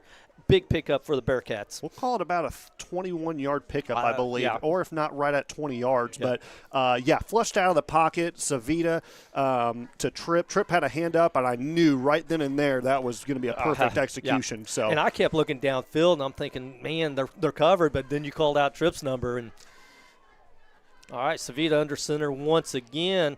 It is Schlake in motion. He gets the handoff to the far side. He's at the 50. Nope. Brought down about a half-yard loss on the play. Brought down at about the 49-yard line. So loss of one. And Schlake, he's used to being the fastest one in the Black Diamond. He's finally starting to figure out, well, welcome to Vandalia, because we got a couple of you out here that are faster. Yeah. And he's trying to break one out to the outside, but just not going for him. A timeout, Bearcats. We're going to get a little breather here. 4:23 left to go. We got one timeout left. Vandals on top, 21-0. What a great execution on that last passing play we had. I mean, can't complain at all. That was just good execution, and obviously, coming into trying to put myself into Coach Rude's shoes, they might start going to the air a little bit on this. Well, with the direction that we're headed, with the wind, now's the time to take advantage of that. Because the next time we see it's going to be the 4th. Yeah. And at that point, with this offense the Vandals are putting out here, it may be too late at that point. So True. So you have the opportunities. You're going to have to get something here. And with 4:23 left, I would love to see us. Obviously, I think we've done a great job controlling the clock in this game. Mm-hmm. I know Vandals have had some explosive plays, but our offense, like I said, I'm giving a lot of credit to these guys. They are working their tails off, wearing down this Vandals defense. Mm-hmm. So far, the Vandals offense, obviously, I don't know if their quarterback works both ways, but he's just, kind of. He's probably not loosey-goosey right now. No. I'd be tensed up. Yeah, no, he's not out there right now. Number 24 plays both ways, I do believe. Looks like 23 also is out there, their main running back. It is a little pass to Schlake. He catches it at the 55. Fighting for yards. He's going to be driven back, but they're going to give him forward progress on that up to the 42-yard line. So probably a pickup of 6 on the play. Schlake caught that and kind of lost it, pinned it against his hip. I was really nervous for a second. He had that ball pinned against his hip and started running with it, and finally was able to gather it up. It makes you wonder if he catches that clean and he's able to make that turn, maybe a potential for a big play. I'll tell you right now, Vandalia, home field advantage, like you've talked about, they are able to break down a lot better than us right now. Schlake's not able to make those moves that he's used to, and that is really limiting him making a move after the catch and play. But here we go, 3rd down and about 4 for the Bearcats, call it 5. Ball at the Vandals' 42-yard line. And it's going to hand off to Fletcher. He's fighting for yardage. He gets probably a good 2 on the play, brings the ball up to the Vandals' 40-yard line. But that's 2 yards short of the first down. It's going to be 4th and 2. And that's fine. Eat away. And really, Trip Fletcher, you can tell he is taking a beating. Yeah. He is hurting out there. Yeah. He's not giving up, though. But unless it's major, we've seen this out of Trip before. He's as tough as nails, and he's got a passion for this game that he's not coming out unless he has to. Yeah, but I think Coach Rude's going to maybe want a timeout here. He's got 1 left in this half, so they're going to let this clock run down to about probably 2 seconds, 1 second. Yeah. He'll call timeout. He's eating as much of it as he can. Yeah, and I don't blame him. I mean, like I said, that was kind of the game plan. I try to put my head into Coach Rude's head, if that makes sense to anybody out there. It's so hard to do because I am not a Hall of Famer coach at any means whatsoever necessary. Yeah. You just missed maybe second time around. Maybe, maybe one day. Yeah. You never know. Yeah. I'm only, 29 years old, so I think I can get there maybe. Yeah. Well. But he is the Vince Lombardi of Southern Illinois. That won't change. So, but timeout here, Bearcats. That's their final timeout. It's going to be 4th and 2. Yeah. Maybe even call it 1.5. But we'll need a solid 2 to pick it up. 2:38 left to go. I just have positive stuff for the Bearcats so far. I mean, like I said, I know defensively it's hard to stop a fast team like this, but offensively, A+ 100 so far. Absolutely. And I mean, they're such an explosive offensive team.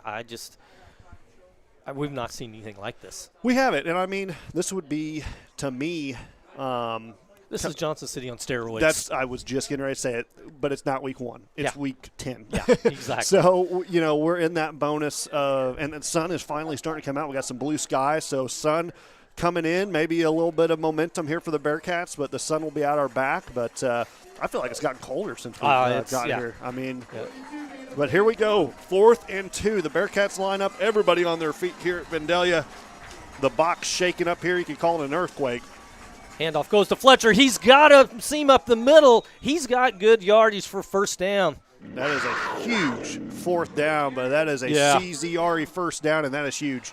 Yeah, I liked how Fletcher, he started to hit the hole, and he paused for just a second to allow his lineman to open it up a little bit further, and that pause is what got him that extra little that yardage for the first down, because it hadn't developed yet, and he would have ran right into somebody, a defender, had he went full steam on that one. So nice job on Tripp by reading the block in front of him. Yeah, no, 100%. And that's the maturity. That's the growth. He is still a young junior now. Yeah, he's only a junior, but he's been running since freshman. So he's learning as you go. So it is going to be Fletcher once again, and he kind of got tripped up on the play, lost his footing, and makes it maybe a yard on the play. Yeah, they're going to give him one. And a timeout on the field. This will be Vandalia's first, as they are going to try and get a stop to get the ball back with a minute 54 left. I mean, I understand what Coach Root is doing. He's wanting to run out this clock as much as possible. I mean, going down 3 scores and a half is nothing. I mean, we could have been easily – it could have been 50, 60, nothing right now at halftime. It could have been worst-case scenario. But these boys have done a great job controlling the clock, offensively moving the ball. We're moving the ball a lot better than I thought we would, 100%. I agree with you. Yeah. I really thought we'd struggle more on the offensive end. But, keeping the Vandals' offense on the sideline is big right now. But, yeah, timeout. Sun is out.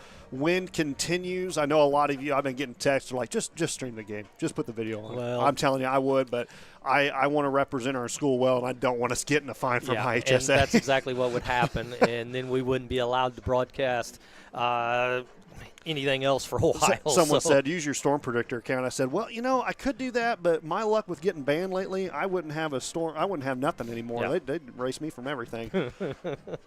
I'd be doing bat signals for my weather forecast. Yep. Here we go. A minute 54 left. 2nd down and 8 for the Bearcats. They sit at the Vandals' 36-yard line. Fletcher with the handoff. He makes it back to the line of scrimmage, and that's all he's going to get. And another timeout by the Vandals, and that'll be 3rd down and about 7 when we come back to action. 1:48 left. That'll be the 2nd timeout, I do believe. Yeah, they have one remaining. So one left. If I had the scoreboard up, I'd be able to show you all that, but no comment. Yeah. Thank you, IHSA. Wish we could do like drone footage. That'd be kind of cool. Like a little drone up there. Yeah. Why didn't you think of that? Yeah, I do it too late in the season. But we do want to, mention the 51st annual Turkey Tournament is right around the corner. It is November 1st. Happy November to everybody out there. Also, Game 7 tonight, World Series. Ain't nothing much better than that. I mean, Game 7, right? Yeah, absolutely. I don't know if anybody's pulling for anybody, but I know both teams are kind of juggernauts, and a lot of fans are not too happy with the Dodgers and how everything, they have no money cap, but I kind of got to pull for them, I don't want Canada winning one. I mean, you're with Ohtani, you're watching the best player to live. Literally. The things that he does. You can argue what you want. He is by far the best player in baseball. Good pull. Yeah, Schlake gets an edge on the outside, out past the 30 or the 28-yard line, stays in bounds. More importantly, so the clock is going to last final timeout. Timeout there. So. But a much manageable 4th and 2. So good run by Schlake. Mm-hmm. Ball will be placed at the 29-yard line of the Vandals as the Bearcats, they got as far as to the 9-yard line where they had a turnover on downs. Really just needed a couple yards to pick up the first and just fell short with that pass across the middle. But no more timeouts for both teams now until halftime. 1:41. Vandals on top 21-0. And like I said, this is just audio. I apologize. We got about we've had 775 of you on, so that's awesome. Yeah, I think we're bringing in ABC Network now. Yeah, no kidding. The noon games must be over with. Yeah, bonus coverage, right? Yeah, exactly. Bonus coverage. But we're glad to have you here, guys. And like I said, those of you who couldn't make the travel. That's okay. We have tons of Bearcat fans. Bearcat Nation traveled very well for this game to represent our team in the first round of the playoffs. Yeah, and I know we got people all over, not only Southern Illinois. I know my brother and sister-in-law down in San Antonio, Texas, that's awesome. Are listening to the game. I think he got the first down. Yep, he did. Yeah. Wow, they're moving the chains. First down. Wow, Fletcher got stopped. He reversed his direction. turned his back and just drove to try to get the extra yardage. So Coach Rude, he's got four new downs here, 1:36. Now counting. The clock started with the chains are moved. And he's eating this clock, hoping to get one play to punch it in and leave as little amount of time on the clock as he possibly can. But he's obviously still looking to punch it in. Now you can put your passing back into the offense. Yep, and I think that's exactly what's happening right here. No motion, but here we go. Back to pass. Savita looking. He's got Butler at the 15 with the catch and brought down at the 7-yard line. Good for another Bearcats first down. Clock stops with 1:04 so they can move the chains. As soon as the ball is spotted, they've wound the clock. It's 1 minute and counting. The ball is sitting at the Vandals, what are we calling it, 12-yard line? No, that's what the board says. That's the 6-yard line. Yeah, you're right. Yeah, they're off a little bit. So this is the furthest we've gone into Vandals territory, and here we go once again. Let's see if it's going to be a run or a pass. Motion. It's going to be a rollout pass by Savita to the near sideline. He's got a guy. Oh, it went right through Slakey's hands. He had him. 36.5 seconds left, and we got a man down on the field. Let's see if he can get up, and it's going to be number 70. I believe that is – who is that? It's number 78. That's Parker Hoy. Oh, I couldn't even see. Yeah. Okay, yep, he comes up a little slow. He's staying in, though, so he's going to be all right. And he had Shalaki. Shalaki had about 4 or 5 red jerseys around him and just couldn't really haul it in. I mean, it was a tight pocket. But Shalaki was coming to Savita from the back of the end zone to the front, and he had the separation. He just couldn't haul it in. 36.5, second down, 7 yards for the Bearcats. It's second and goal. Fletcher in motion. It's going to be a pass. Savita rolls out to his left. It's a screen pass. Picked off by – and he's going to take it to the house, it looks like. Oh my goodness. He's taking it all the way to the house, folks. Dang it. Picked off at the 6-yard line. Big tight end, number 84 for the Vandals. Jumped up on front of that screen pass, jumped the route, so to speak, picked it off and ran it 94 yards for the touchdown. Darn it. That's all I can say is darn it. Yeah, that's heartbreaking. That's heartbreaking. You do everything right, and his height. I don't know what his height is. He's not listed in the program. He's got to be every bit of 6'5". Yeah, 6'5", 6'7", able to just jump up. Savita just didn't leave enough air on it, which you really couldn't anyway. I mean, that sucks so bad. 20.8 seconds left, and Vandals take it, what did you say, 96, I think it was, yards? Yeah, 96-yarder. Pick 6. It was a screen on the left-hand side, and Coach Rude is is there a flag? I guess he just tossed. Oh, I think there was hang on a second here. Not sure what this one is. No indication. I think Rude is maybe I don't know. I'm waiting to hear the call.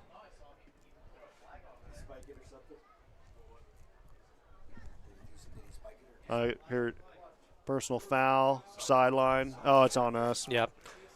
It's probably Rude. Yep. Oh, okay. Ran into a coach on the sideline, and we'd already been warned once this game for that. So they'll probably be enforced on the kickoff, I would assume. I didn't see it because I was already I had my head down. That sucked. Well, a little bit of gasoline to the fire there before halftime because we could have punched that one in and made it a 2-score game. Mm-hmm. Kick is up, and it is good. PAT's good. So more than likely your halftime score is going to be 28-all for Vandals unless we have a miracle here on the kickoff return. But I don't know if they will allow that to happen. But they are fired up here on the Vandals side, and I don't blame them.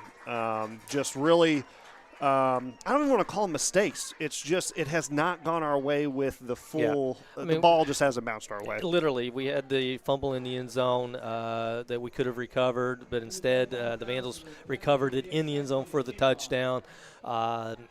We had a couple of passes that potentially could have been caught, just not able to bring them down. And then, they've had 3 big plays. Yeah. They've had 3 big plays. And like I said, I'm not dogging our kids at all because they have done so good. It's just we we can't seem to have any luck go our way. You know, if we could just have a little bit, it would be so different. But I love these guys. I just hope this does not bring them down. Right. I hope they stay up. I mean, they should realize that they have not done something in 17 years that this group has done. Yeah. So this will be enforced on the kickoff. So they have actually a chance to actually put this in our end zone. The ball will be kicked at the Bearcat 45. So instead of it being at the Vandals 45, it is now at the Bearcat 45. And they're looking like an onside kick. And we got our hands team out there, too. Yeah, so this looks like an onside kick about to happen 20.8 seconds. It is an onside kick. It's a live ball. It's live. That never went. Oh, my gosh. I cannot believe that. It did not cross. It did not ever make the 10-yard gain. Oh, you're right. I'm sorry. It did not. Yes. But Leo Tucker picked that ball up, and he just got tripped up. There was nobody on that sideline. So – That's the reason the Vandals didn't try to. It hadn't traveled to 10 yards yet. You're right, and I was looking at the 50 where all of the boys were lined up, and that's why I got confused. Right. So I thank you for pointing that out. That was a blonde, we'll call it Luke Sager moment there. So, but 19.9 seconds. Bearcats do have the ball. It's at their own 39-yard line. I would assume we're probably just going to run one play. This is just a kneel down. This is a kneel down. So that will be your halftime score here from the Vandalia High School Motor Speedway, whatever you want to call it. All I can say is everything positive. This score does not reflect anything the Bearcats haven't done. I mean, this is crazy. The Bearcats have came out. They are not laying over by any means, and they're doing the best they can. It's a few mistakes and just not the luck and the ball rolling our way so far. And again, like I said just a few minutes ago, we've had opportunities, just not able to capitalize on those. And, you know, this Vandals team's have been to the playoffs multiple times, over the last 10 years. They're always in the playoffs. So you kind of give them the that experience, whereas this is all new to us. Yes. And sometimes whenever you're not used to situations, the moment sometimes might get a little bit bigger than what you're used to or prepared for. I'm not saying that's what's going on here. We definitely had opportunities, and it's just right now it's just not going our way. It's not, and like you just mentioned, we this is not an atmosphere we're used to. No. So I mean, we don't have anything to lose out here. This was a season that is a growing season for us. We wanted to win our first game. We did that. No one expected. We won homecoming. We won senior day. I mean, no one expected us to be this far. So, I mean, we have nothing to lose. This is all in good memory right now. And these are the building blocks for the future programs and the younger ones that are going to step up next year and the ones after that. So, we've talked about this. I think I've been broadcasting for about 3 years now. I know you've been doing it for about 2. Mm-hmm. These are things we've talked about. Every program goes through their ups and downs. We've seen our downs. Yeah. We have been at the bottom of the barrel. But this community, this program has not quit. And that just brings tears to my eyes because there have been negative times in our program where you thought this is it. It's never going to come out.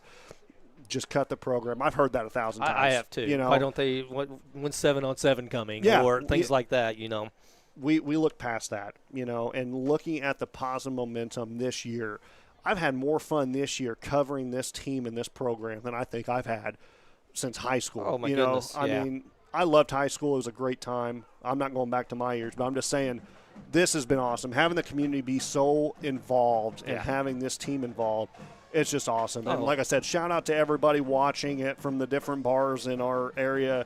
You got the Italian Club listening in. You got the KC Hall. I'm sure the SNS is going crazy. So, I mean, everyone watching at home, thank you guys so much. And like I said, it's halftime here. It's not over yet. We still got 24 more minutes of action. And Bearcats are down 4 possessions, but it could have been a lot worse. Honestly, it really should be a two-score game right now. Yeah, in all honesty. Could have been honestly tied. You take away the fumble in the end zone for recovery. We've come up with that. Now instead it's 21-0. We had a drop pass in the end zone. That makes it 14-0. Yep. We get stalled on a big play, a 4th down, turnover on downs, and we had an opportunity we just couldn't pull down. And it was a tough pass for no fault of anybody, just a tough pass to bring down. But if we do bring it down, that continues the drive, and at that point, you got the momentum. So you're thinking maybe it's either 14-0 or a 14-7 game at this point. And no one watching the film, watching the stats, looking at the things, and I've read about this team, I did not expect anything even remotely close to what we're seeing. Yeah, I mean, it easily could be a one-score game right now, like you said, and this score does not represent what these boys are doing out here, and I really wish we could have this video for you guys, and we just sadly can't. We got about 11 minutes left, so let's just go ahead. We'll go through some scores real quick, and then we'll take our break here before we kick off the second half.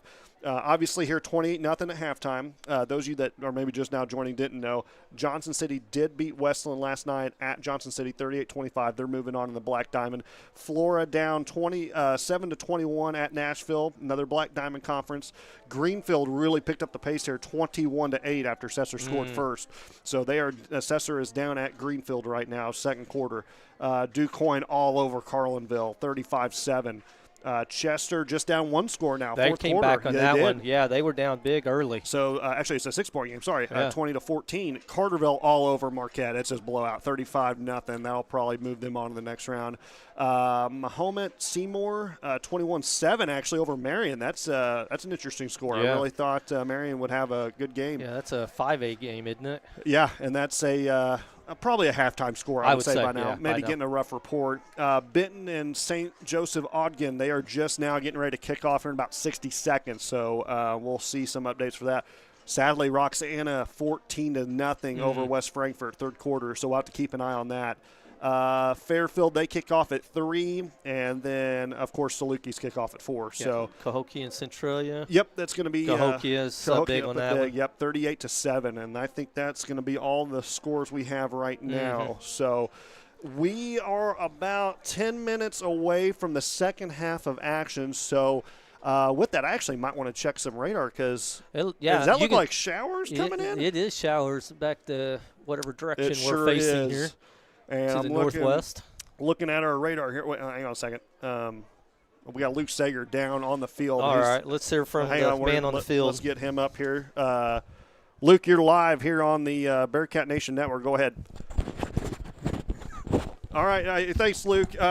Chuck, up there, we're down here on the field. We do have some rain showers moving in from the northwest.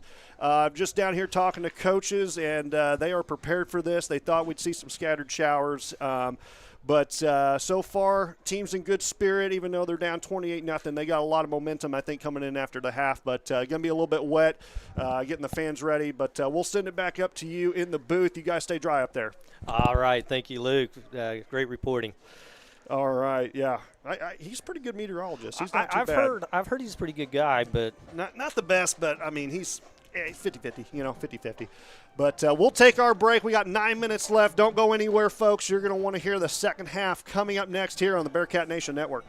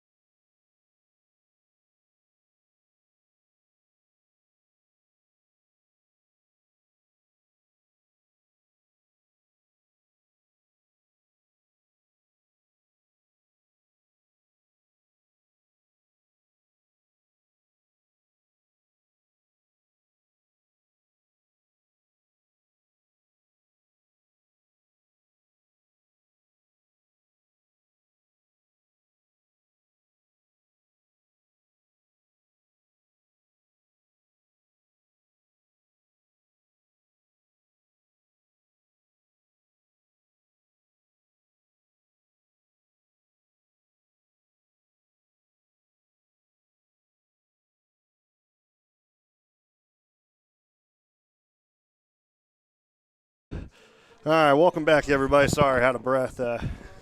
Line for the bathroom about 6 miles long, so no bueno here. But, yeah, sadly, we got some rain showers coming in. Yeah, so. there it is. Just texted my wife, you might be preparing yourself to get wet. She asked if that was straight from the storm predictor, and I said, yeah, but we literally are watching it roll in right now, coming from the northwest there. So, yeah, we got a pretty good view of it right now. So. Yep. We are in the 3-minute stretch time here, so about 2 minutes remaining.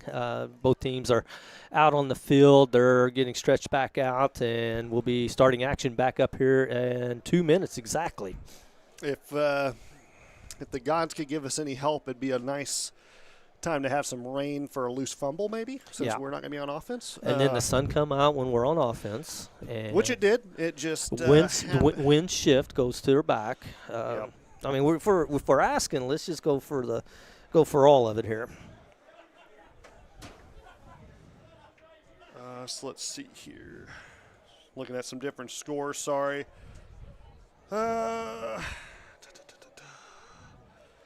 I know, kind of a boring halftime show. Sorry, everybody. Yeah. It sucks even more that we can't have any video, so that's why it's kind of hard to, I guess, just picture me doing some jumping jacks or something for you. But let's see, anything new? Wow, okay. So 21-14, Flora down just 7 at halftime. Yeah, so they've put a score on the board.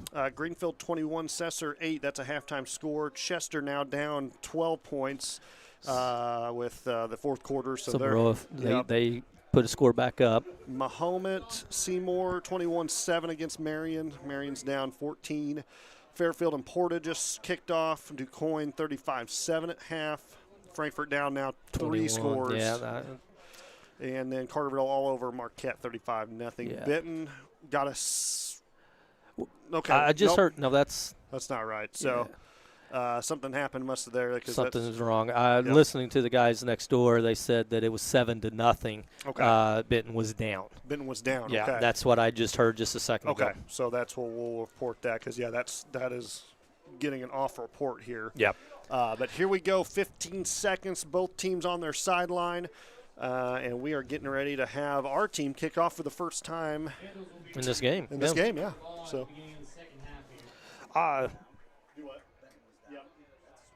Yeah. Well, they just kicked off too, so it was, must have been just started. Yeah, there was an accident on the interstate, and they shut down the interstate, so it took them a while to get there. So they delayed it an hour. Yeah. Okay, so here we go. We're getting ready to have our kickoff team get on the field for the first time. And hopefully have a good stop, maybe a nice hard hit. I got an update from the guys next door. Number 84 for the Vandals, Lucas Bowers, was the defensive end with the big interception and run back, 94-yard run back at the end of the half. Nice play on his part. We definitely wanted to give him credit. We didn't have his name, and we asked the PA announcer next door and talking with him, and he gave us the name. So, nice play by the Vandals. It's been all Vandals the first half. Anything can happen second half. So let's see what transpires here. I mean, we have the same potential to put up 4 scores as well. I mean, that's what you got to love about high school football. So here we go. Jackson with the kick. It's a low-line drive, fielded at about the 36-yard line. Vandals are able to bring it right out to midfield, finally brought down at the 49-yard line. Good job by the Bearcats, not letting anything big happen there. And like I said, we'll take anything we can get defensively really from here on out. And from what I have seen with this Vandals offense, it doesn't matter if they're starting at their own 5-yard line or the 50-yard line. They're going to run the same offense, and you better tighten your shoes up and be ready because they're coming. Yeah, no, couldn't agree more. I mean, they just went 96 yards on us on the last one. So it does not take much, and they are a no-huddle team. They have yet to huddle in this game on offense. So here we go. 1st and 10, Vandals at their own 49. Back to pass. Number 3, it's going to be a little screen. and he's got plenty of room. Yeah, nice screen pass. Shalaki actually went down. Lost. He's gone. First play of the second half, and it goes for a touchdown for the Vandals. Number 23, Connor Depew. That's his second touchdown of the game. Yes. Quarterback Andrew Casey on the 49-yard or 51-yard pass. Yep, patch score. Like I said, I don't know what happened to Shalaki there. He just got kind of maybe some, hopefully not turf toe, but got his feet caught up in the turf. Yeah. But Yeah. No words to describe their offense besides just being a juggernaut. Yeah. Talking with the guy next door, he made the comment that I think he said something like 20 times this season they've scored on the first play. Yeah. Either of the kickoff or the half. Yeah. I mean, this is a Vandals team that comes in, and I was, like I said, in line for the bathroom there and had a lot of different Vandals coming up to me, fans, and they're like, you guys are moving the ball like really well against our defense, and they're like, honestly, that's concerning for us. And I was like, our offense, I got to give them credit. They're doing really good. And I said, we just had no luck punching it in, and hopefully defensively we just don't have an answer for this offense right now. No, I mean the best chance we had was to get that fumble recovery there at the first drive, and since then it's just has not been in our favor, sadly. But with that took off approximately 7 seconds or 13 or 17 seconds. Yeah. Excuse me. That's why I teach social studies and not math. That's okay. I don't know if I could teach it anyway. Give me too much PTSD. But once again, big shout out to everyone watching and listening from home. We appreciate you bringing us into your homes this Saturday, first Saturday of November, as we're going to have the ball reset here because and those of you who are listening at home and you see our screen, we don't have our sponsors up per the rules of IHSA, but you all know who they are. Make sure that you are patronizing them. It is Butler with the return. He takes it from about the 15-yard line, brings it all the way up to the 35-yard line, finally brought down by about 4 different Vandals. Once again, Landon Butler, good job on the return. Also good job on the Vandals for their coverage. So, yeah, and seeing some good sportsmanship out there from both sides, picking up each other, and we always love seeing that. I always, like I said, playoff time, you never know what kind of atmosphere you're going to get. So it's good to see both teams kind of, helping each other out. Haven't felt nothing but welcomed here. Oh, yeah. They've been great. Been great to us up here in the booth, to you and I. Very friendly people. Coaches are sitting right next to us here. So it's Butler on the end around here, and he picks up maybe 2 yards, driven out of bounds. Number 23, that's Depew, Connor Depew, the running back, also plays a little bit of safety there. So. And LB went right into the trainer, and she's like, I'm good. Yep. So I was watching down there. Her facial expression was killing me. But another second down and long for the Bearcats, and we are under 11 minutes. 11:32. He went out of bounds there, so that will stop the clock. Yeah. And, that's – like I said, I have not complained about Vandalia. They've been great. 87 too. He's a dunker as well, so he's going to be playing a lot of basketball. Yep. It's Butler on the handoff, fighting for yardage, nothing there. He's going to end up losing probably maybe a yard on the play. Yeah, we're going to call it 3rd and long here, 3rd and 8. 11. See, that confuses me too, because did he not get tackled out of bounds on that one too, or was he? That's all right. We'll call it the way it is, but 11 minutes left to go. Like I said, I got to give it to these officials. They've been great. They've been on it. Obviously, this is not their first Vandals game because they have been really fast. They're quick to reset. I'll tell you right now, I would not be in shape to place that ball as fast as they do. So here we go, 3rd and long for the Cats. Motion, Savita. It's going to be a pass. Across the middle. Oh! Ball was tipped. Had Butler just enough misdirection on the tip, and Butler was not able to slow down for that pass. Our luck continues to not be on our side because I will say this: Butler catches that in stride. I think I'm just going to say it's a huge gain at the least. It was a first down for sure, but I would say that is our biggest play of the game. Yeah. And it got tipped by the linebacker and incomplete. Yep. So 4th down, 8, Logan Jackson to come on and punt. Snap, hold, punt, off, good punt. Off to the right-hand side, will go out of bounds around the 40. Yeah. Waiting for the spot. Referee's confused. He keeps walking. We need him to stop. We're going to call it at the 44-yard line of the Vandals. Yeah, that was an odd situation. He ran 10 yards past the ball, started staring at one spot, and then walked it in. So I would agree about where the ball went out of bounds at, but it was just an odd view from this point of view. About felt like Bob Barker on The Price is Right with the cliffhanger guy. He kept going. It's like, please stop. Don't go over. Don't go over. Stop there. All right. So, Vandals will take over at their own 46-yard line with 10:36 left to go in the third quarter. Fake handoff. Quarterback takes it and finally tackled by, looks like Noah Wilson. Yep, Noah Wilson, number 66. Gain of about 3, so good defensive stop there. I think that's the first time they haven't scored on their first play. Yeah, no kidding.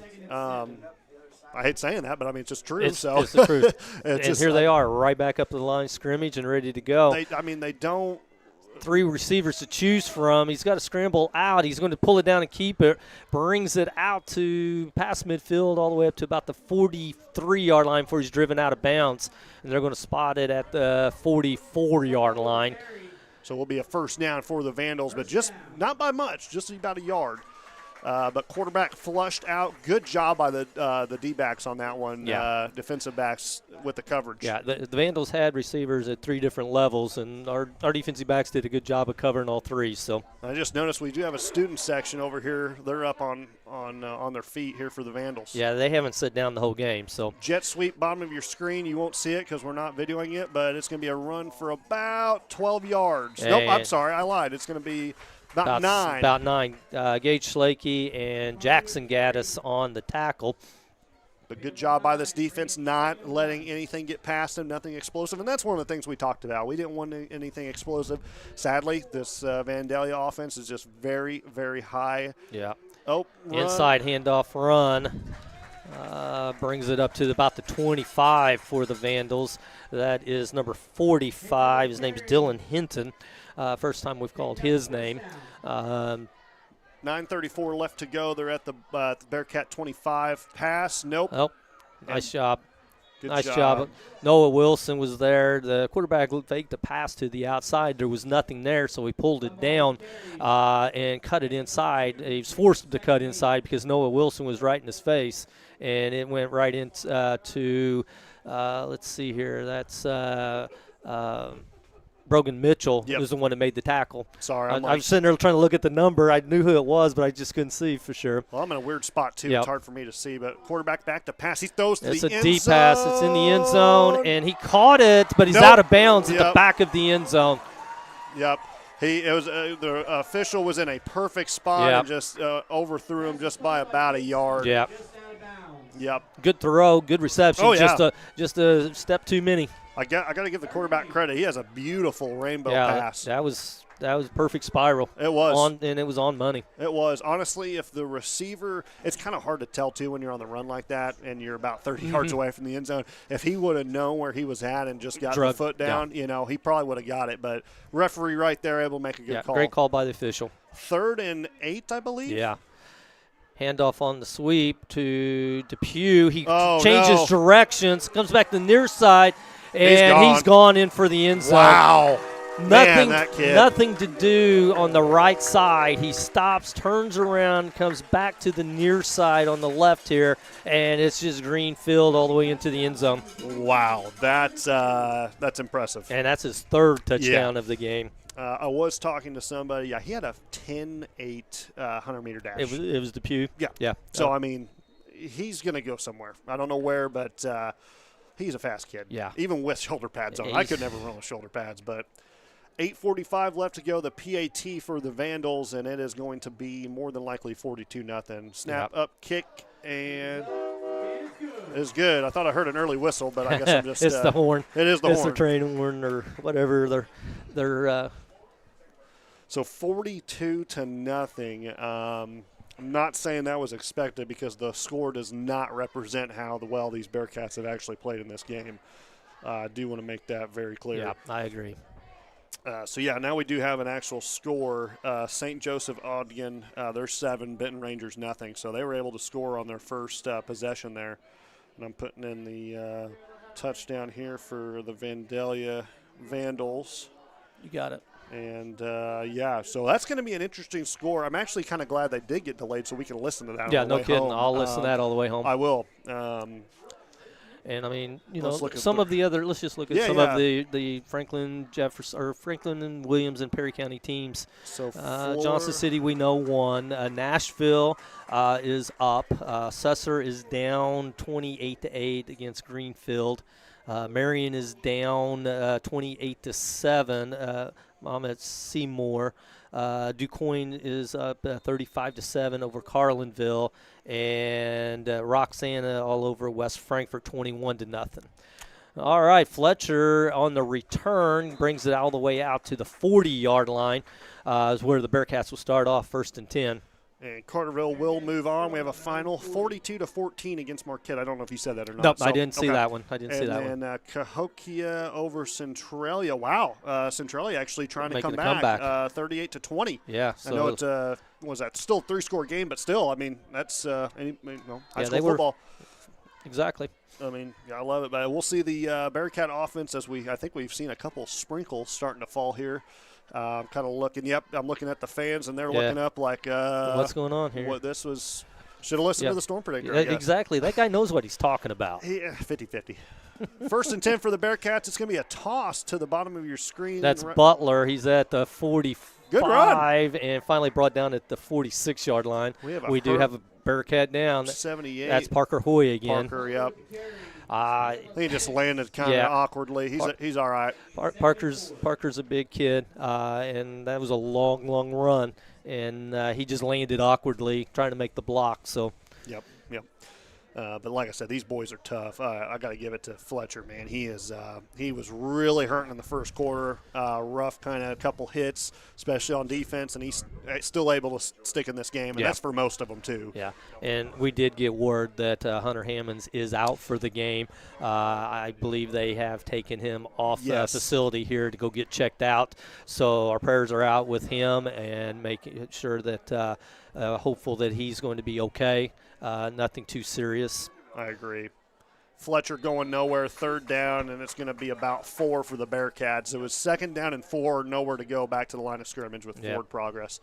Thoughts and prayers out to Hunter Hammonds. Like I said, this kid gave you 100% every down. He gave it everything he had, and, obviously with that knee injury, really hoping it's nothing and just, but obviously at this point you have to suspect it might be something not serious, but pretty. I don't. Is he a basketball player? I do not think so. Okay, I wasn't for sure either, but I didn't want to say anything if he was. But if he is playing basketball, I really pray that it is not a season-ending injury because that would just that's hurt. Yeah, that hurts. Yeah.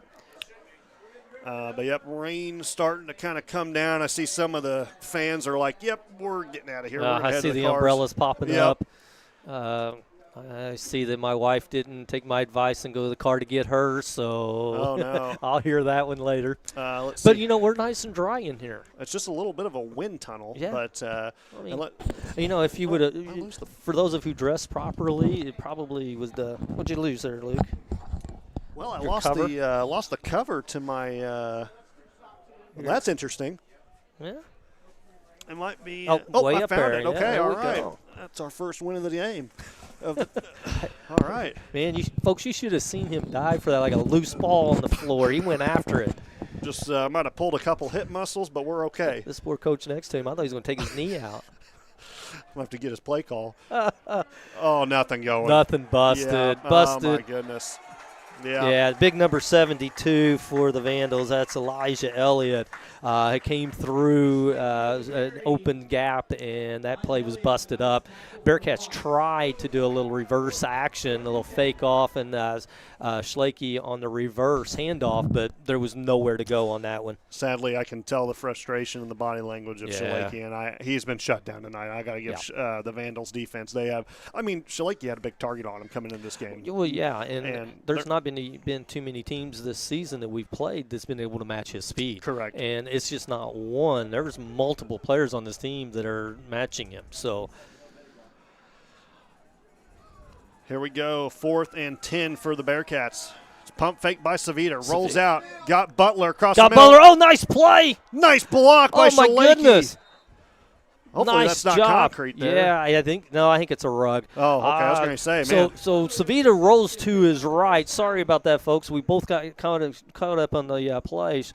But Savita rolls out to his right. He was eyeing Schlake in the flat the whole time, but out of nowhere, coming on the crossing route was Landon Butler. He hit him. Yeah, absolutely. He hit him about 20 yards deep, picked up another 10. Huge play for first down. Good job. And that's been there, too. I know we've kind of hit that quite a bit, but that open across the middle, that's a pattern that's open. And, for the next team that plays Vandalia, they're probably going to be eyeing on that. Oh, yeah. Everybody watches film. Handoff goes to Fletcher to the left side. Nice little run on the end. Good blocking by the line. Pickup of maybe 5 on the play. And I got to give it to Savita as well. He's throwing the ball real well tonight. Oh, yeah. He's throwing really well. I wouldn't mind to see a couple more passes. I know, Mike Root's going to do what he wants to do and control this clock, but, I wouldn't mind to see a couple more passes. We still got right now we got the wind tour back. We're headed left to right here for you. And so this would be turn around on my directions here, Mr. West to east. Sorry. Yeah, so we're headed west to our backs here. Handoff goes to Schlake. He cuts it back inside, but nothing there again. This time it's number 24, Cole Yarborough.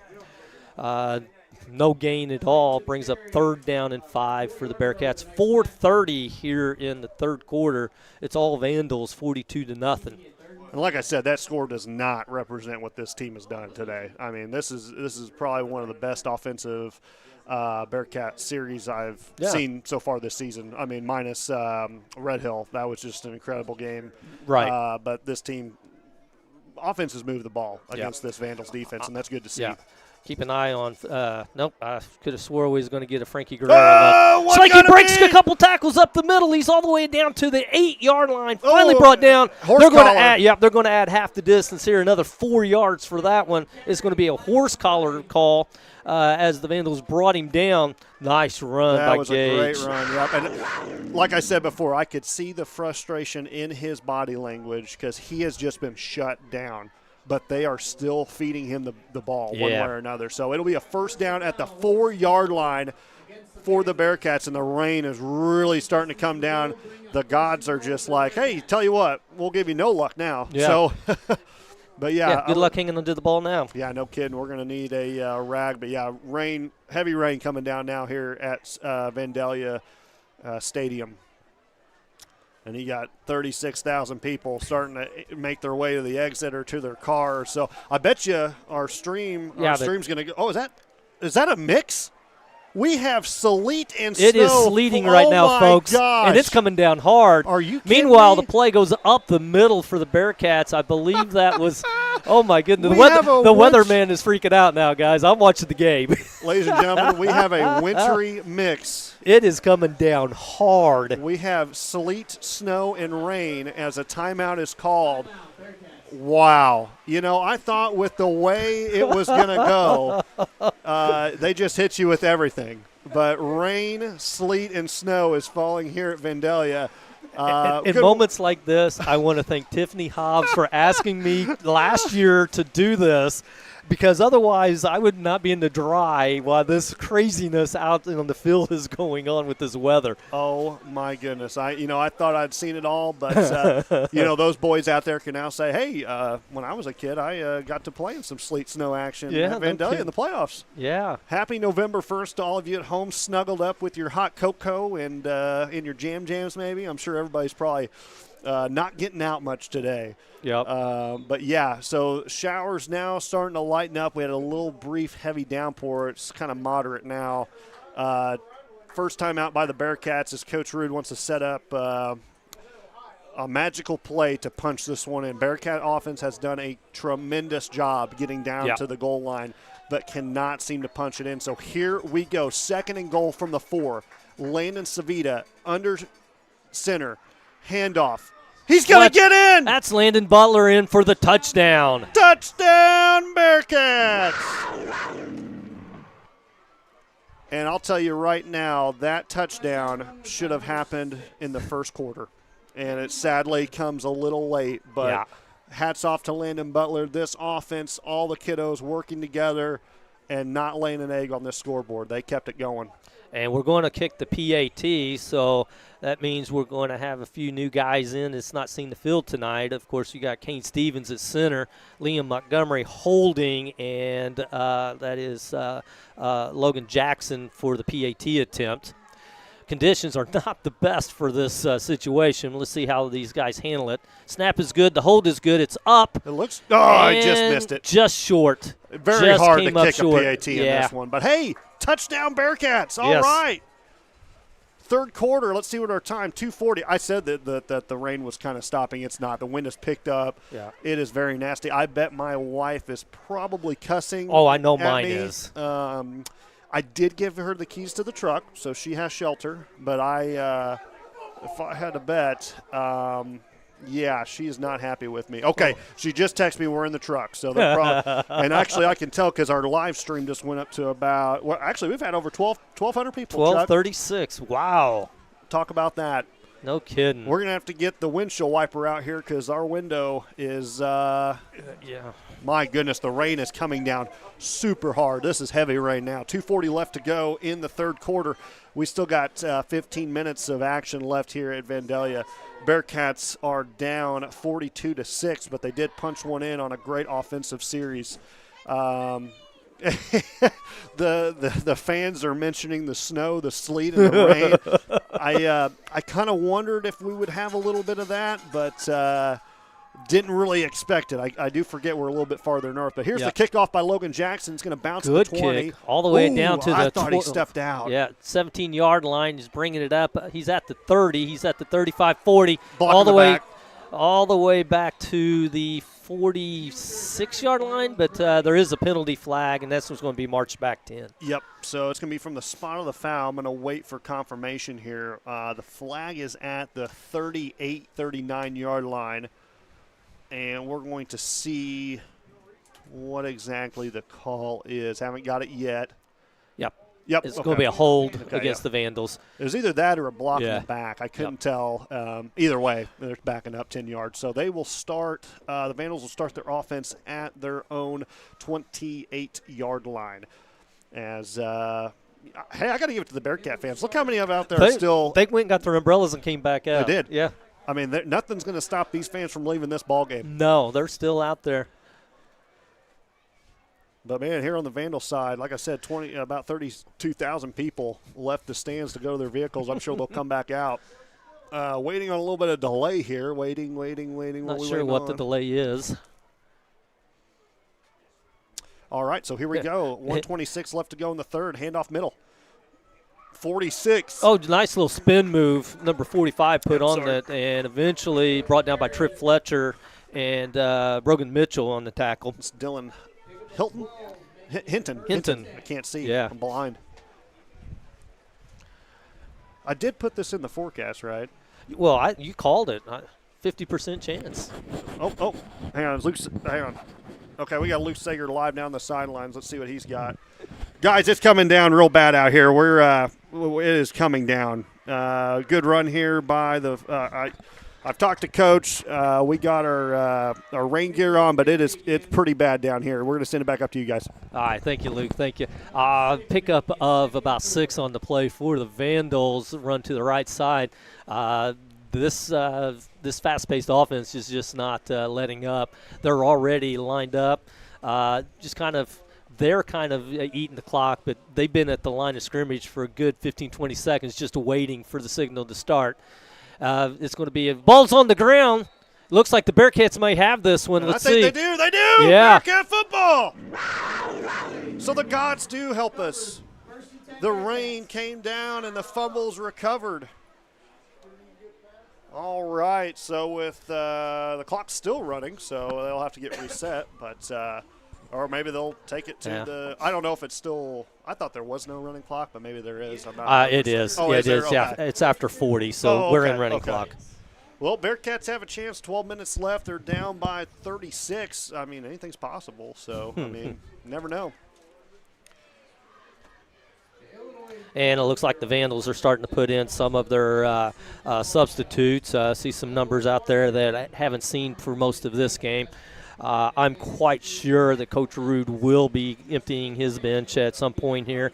More than likely, he's going to give this offense one more chance in this game, and then he's probably going to start filling in with some of the for some of the juniors and sophomores that haven't seen the field much in this game. So.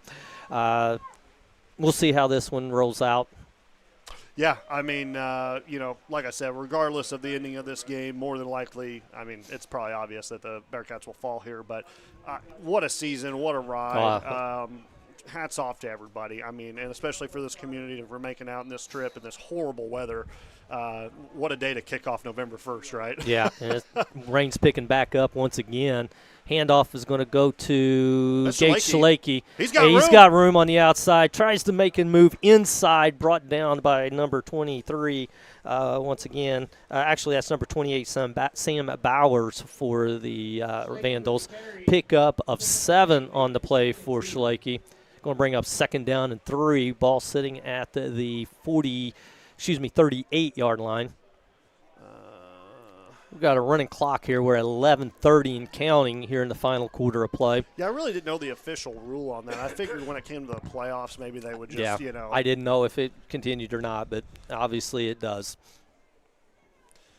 But like I said, kind of reflecting back this season, great job by all the players, athletes. They should all have their heads held high. I know if I was one of them, I'd probably want to be in a warm shower right now after. And it looks like maybe we lost this. Stream. Row. Let's see here. Well, hopefully you guys are still hanging with us. Yep, I think we're okay. All right. Just a little. I'm sure the weather's playing a big role in this right now, so hopefully everything's good. Savita under center. And the snap goes to Butler to the right side. He's following his blockers up for a 5-yard gain. Maybe gets 6 out of the play, brings it down to the 29-yard line. Yeah, I apologize there, folks. So I've been actually using my hotspot off my phone because there was no Wi-Fi actually up here, believe it or not. So had to use the hotspot to do this, but I do believe we are good on the stream. So, but if you're just now joining us or kind of logging off, 10 minutes left. Bearcats are down 42-6, but they do have the ball and they are marching. And I cannot give this offense more credit than what it is due. They have done a fantastic job moving the ball against this very hard Vandals defense. Handoff. Fletcher once again picks up another 4 on the play, fighting for more. Brings it all the way up to about the 25-yard line. So he's going to end up with, about 4 yards on the carry. Brings up 2nd down and we'll call it 3. Ball sitting at the 25-yard line. So we do have one of the heaviest showers moving through the region right now, but it will clear up here in about probably 15 minutes. So by the time this one gets over with, everybody will probably head out to their cars. Just a couple sprinkles, nothing too major, but got to give it out to the Vandal down there. He is he's ready to go. Yeah, that's an interesting mascot. He's stretching up, getting the tomahawk ready to go. 3rd and 2 for the Bearcats. Everybody got sent there, and hand off up Fletcher. The middle for Fletcher. And he's good enough for a CZR first down. 8:40 left to go. Clock will just continue to run. It will not stop for the remainder of this game. The only thing that will stop it would be a timeout. I believe we have 2 left. But Bearcats can really just take care of this ball and punch it in, and we can walk out of here 2 scores. But like I said, this score really doesn't reflect how well they've done. I mean, it kind of represents the season a little bit. You can see the score really doesn't, the scores looks bad, but it doesn't represent what these boys have accomplished. Right. 1st and 10 for the Cats. Landon Savita, handoff. Schalake slips and falls, and it'll be a dead ball right there. and I can tell Schlake just not happy. But, yeah, like I said, you almost need boots to play out in this field because it's it took a lot of water really fast. It did. I mean, my goodness. I know I saw the field guy out there. He was working on a spot at midfield. I don't know if you noticed that before the game. They had a bucket out there, and they were putting more dirt on it. So I don't know if maybe like a patch got brought up or what. But, yeah, 7:30 left to go. Rain continues here. It's Bryden Huey in the backfield. Sure is. Yep. And it's going to be a pass going to right side to Schlake. Caught it about the 25-yard line, and maybe a pickup of 2 on the play. Schlake's driven out of bounds, but the clock is going to continue under these circumstances. So brings up 3rd down, and it looks like 13 for the Bearcats. We'll give it 12, and we have a timeout, Bearcats. So that actually will stop the clock with 7:09 left. And Bearcats have one more timeout. But I think Coach Rude wants to kind of draw up a couple plays here to at least have a chance of scoring. 3rd down and long, obviously 4-down territory no matter what the rest of the way. Yeah, I mean, Chuck, you got any comments or anything? This is our last game together for the year. I know. No, I just can't get over, the season that we've had, the turnaround, how quick that it's happened. I'm sitting there watching the sideline right at the moment, and you can see about 15 of our boys all huddled together because it got with the rain. Now they're soaking wet, and the winds picked up, and the temperatures dropped. They're over there trying to just. They're like a bowling ball, and they're all moving together. One moves, and they all move, and those poor guys are froze over there on the sidelines. I don't see a single one of them with long sleeves on. You got to be tough to play football, but like I said, I gotta give our on-site meteorologist Luke Sager credit. He did come up with that forecast about 24 hours before the event. He gave the heads up. He did, and he called that rain moving in about the right time. He didn't sound happy down there on the field. So well, he gets paid the big bucks to do that. He does. I'm telling you, multi-millionaire. Savita back to pass, and he's going to be brought down. Sack, and that'll hopefully he's all right there. Caden Osborne, big linebacker for the Vandals. Huge sack on the play, loss of about 10. Savita, it was a fake handoff, and it was going to be a little play action, and there was no time at all for Savita to even set up the throw. Nope. So 6:40 left to go, and this will be 4th and about 20 for the Bearcats, roughly. This one's going to be more than likely a pass play. It's going to have to go pretty deep. And after that, I want to give my thanks out to everybody, and we'll make that call here in a second. I want to make sure we get this possibly the last play of the game for the Bearcats for this season. 4th down pass by Savita. He's already getting flushed out, throws it. It's going to be incomplete. It'll be a turnover on downs. Yep. And you can just tell that they're, they gave it everything they got. These boys, hats off to them for a great season. And we'll probably have a lot of the JV come in. And right now, it's starting D still out there. So. Yep. So 6 minutes left to go, and I do want to give a shout-out and thanks to all of you guys that have watched us, listened to us all season, Bearcat Nation Network, Tiffany Hobbs to school admin, Gabe Savita. 1,300 of you have watched this game with us today, and that's just heartwarming to us. We love that. To the administration, the school board, thank you for allowing us to come and broadcast these games as we have a run here. It's going to be a 1st down for the Vandals after a nice run by number 25. Landon Butler on the tackle. Yep. And like I said, just really happy and fortunate to be able to call this game. I think I speak for you both, Chuck Montgomery, Skylar Stevens. Appreciate both of you coming on here and doing the away games and being up here with me. It's been great. And then basketball season's next. Actually, I do want to announce that. So Josh Bays and Jared Ferez will have the call for you guys in the basketball season from home. And like I said, we will have the 51st annual turkey tournament the week of Thanksgiving. Can't wait. Basketball's here. It is. My life gets really interesting starting next week. So mine is too. Congratulations, Thank you. By the way. 25 off to the races. He's got a couple guys to beat after a good 30-yard run down to the 30-yard line. It'll be a 1st down for the Vandals with 4:34 left to go in this one. But, yep, I'll be putting on my coach's cap and moving over to help out with freshman JV varsity. So it'll be fun stuff. Awesome. Well, you'll have a great time, trust me. Oh, yeah. I'll get to match up against you at the Johnson City Midwinter this year. Yep, awesome. We'll be on opposing sidelines. So I'll wave at you. Yeah. No banter allowed between the two. So. Oh, gosh. But yeah, that'll be fun time. Yeah. So. But yeah, I've always enjoyed my time on the sidelines, coaching. I've enjoyed my time up here in the booth with helping with this call these games. 25 gets. He finally wrapped up there. Man. A little frustration going on there. Just need to have a good ending to this game. I don't want to have any. It's been clean. It's been very sportsmanlike, and we just want to end it that way. Looks like we have Spencer Pettit checking in at free safety. I have Gunnar Slakey in at linebacker for the Bearcats.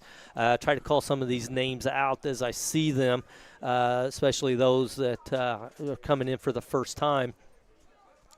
And, yeah, shout out to everybody across the nation that's been watching. I got family in Columbus, Ohio. Shout out to them as well. I forgot to do that earlier when we were doing our shout out. But, yeah, across the nation.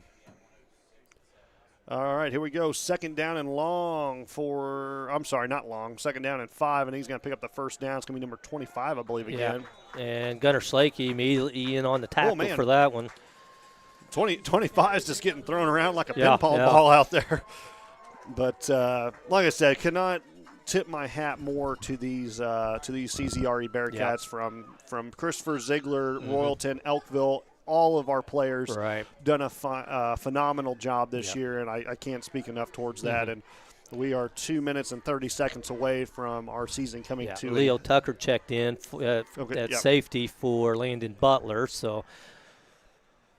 Sadly, our season will come to an end along I-70 here in Vandalia, but a great season for the Bearcats and one that was unexpected.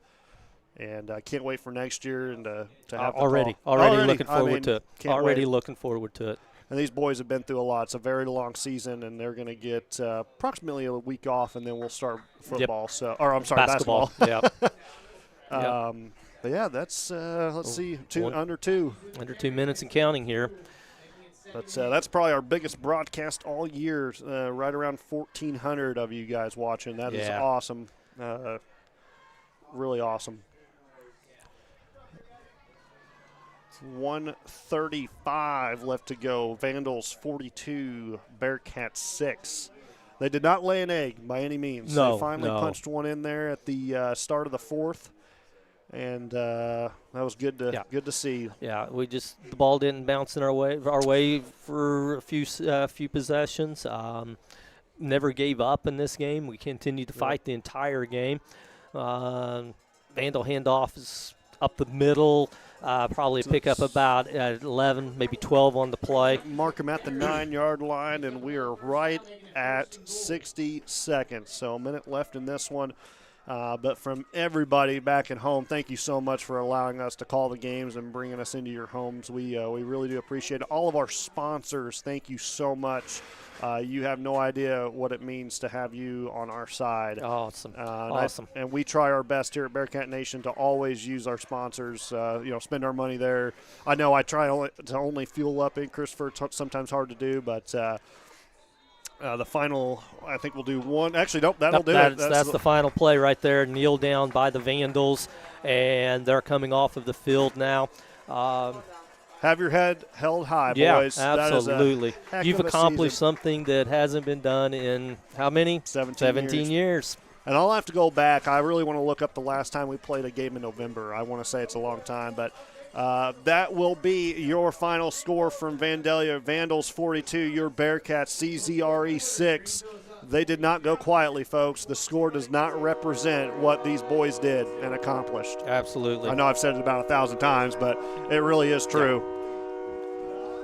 Yeah. And it was good to see both good side of sportsmanship along both sides. But I think that's all I have. Like Yeah. I said, thanks again to everybody. And, Chuck, I don't know if you got anything No, else. just wanted again, thanks everybody for staying with us through this. Congratulations to a great job to all of these boys, to the coaches. Fans have been absolutely phenomenal. All of you at home watching, thank you so much. That's going to be a wrap for this season. Yeah, and I'll check. We'll do scores real quick if you don't mind, since, I don't really want to go out in this rain, to be honest with you. I agree. Let's see here. We'll make this a final score here from Vandalia. Yep, that's a final 6-42. We'll back out maybe if it'll allow me. All right. Wow, St. Joseph Ogden, 14-0, second quarter. This was one I was worried about for Benton. Final here. Johnson City moves on yesterday. Flora takes the lead, 35-27. Where did that come from? Where did that come from? Third quarter being reported there. We'll keep an eye on that. Cesar down big now, sadly, after they scored first blood. Greenfield all over them, 42-8. DuQuoin all over Carlinville, 41-14. Fairfield and Porta kicked off late at 6-0 halftime. Porta on top. And sadly, Roxana on top 28-6 over West Frankfort. Man, I would hate to see all of our Franklin County teams go down in round one. My goodness. Carterville Marquette final 42-14. Chester, they sadly took a loss there, 26-14 final. Chester, what a great season they had. Yeah, they've had a great season as well. And a final Cahokia on top of Centralia 44-22. So we'll keep an eye on scores and everything, but from all of us here at Bearcat Nation, from Chuck, myself, Skylar Stevens, thank you guys so much for everything. So thankful for our boys and proud of everything they've accomplished this season. So until September of next year, we will see you. Don't forget the 51st Annual Turkey Tournament coming up in just a few weeks away. So basketball season's here. Happy November, and signing off here from Vandalia. Have a great night, everybody. Have a great weekend.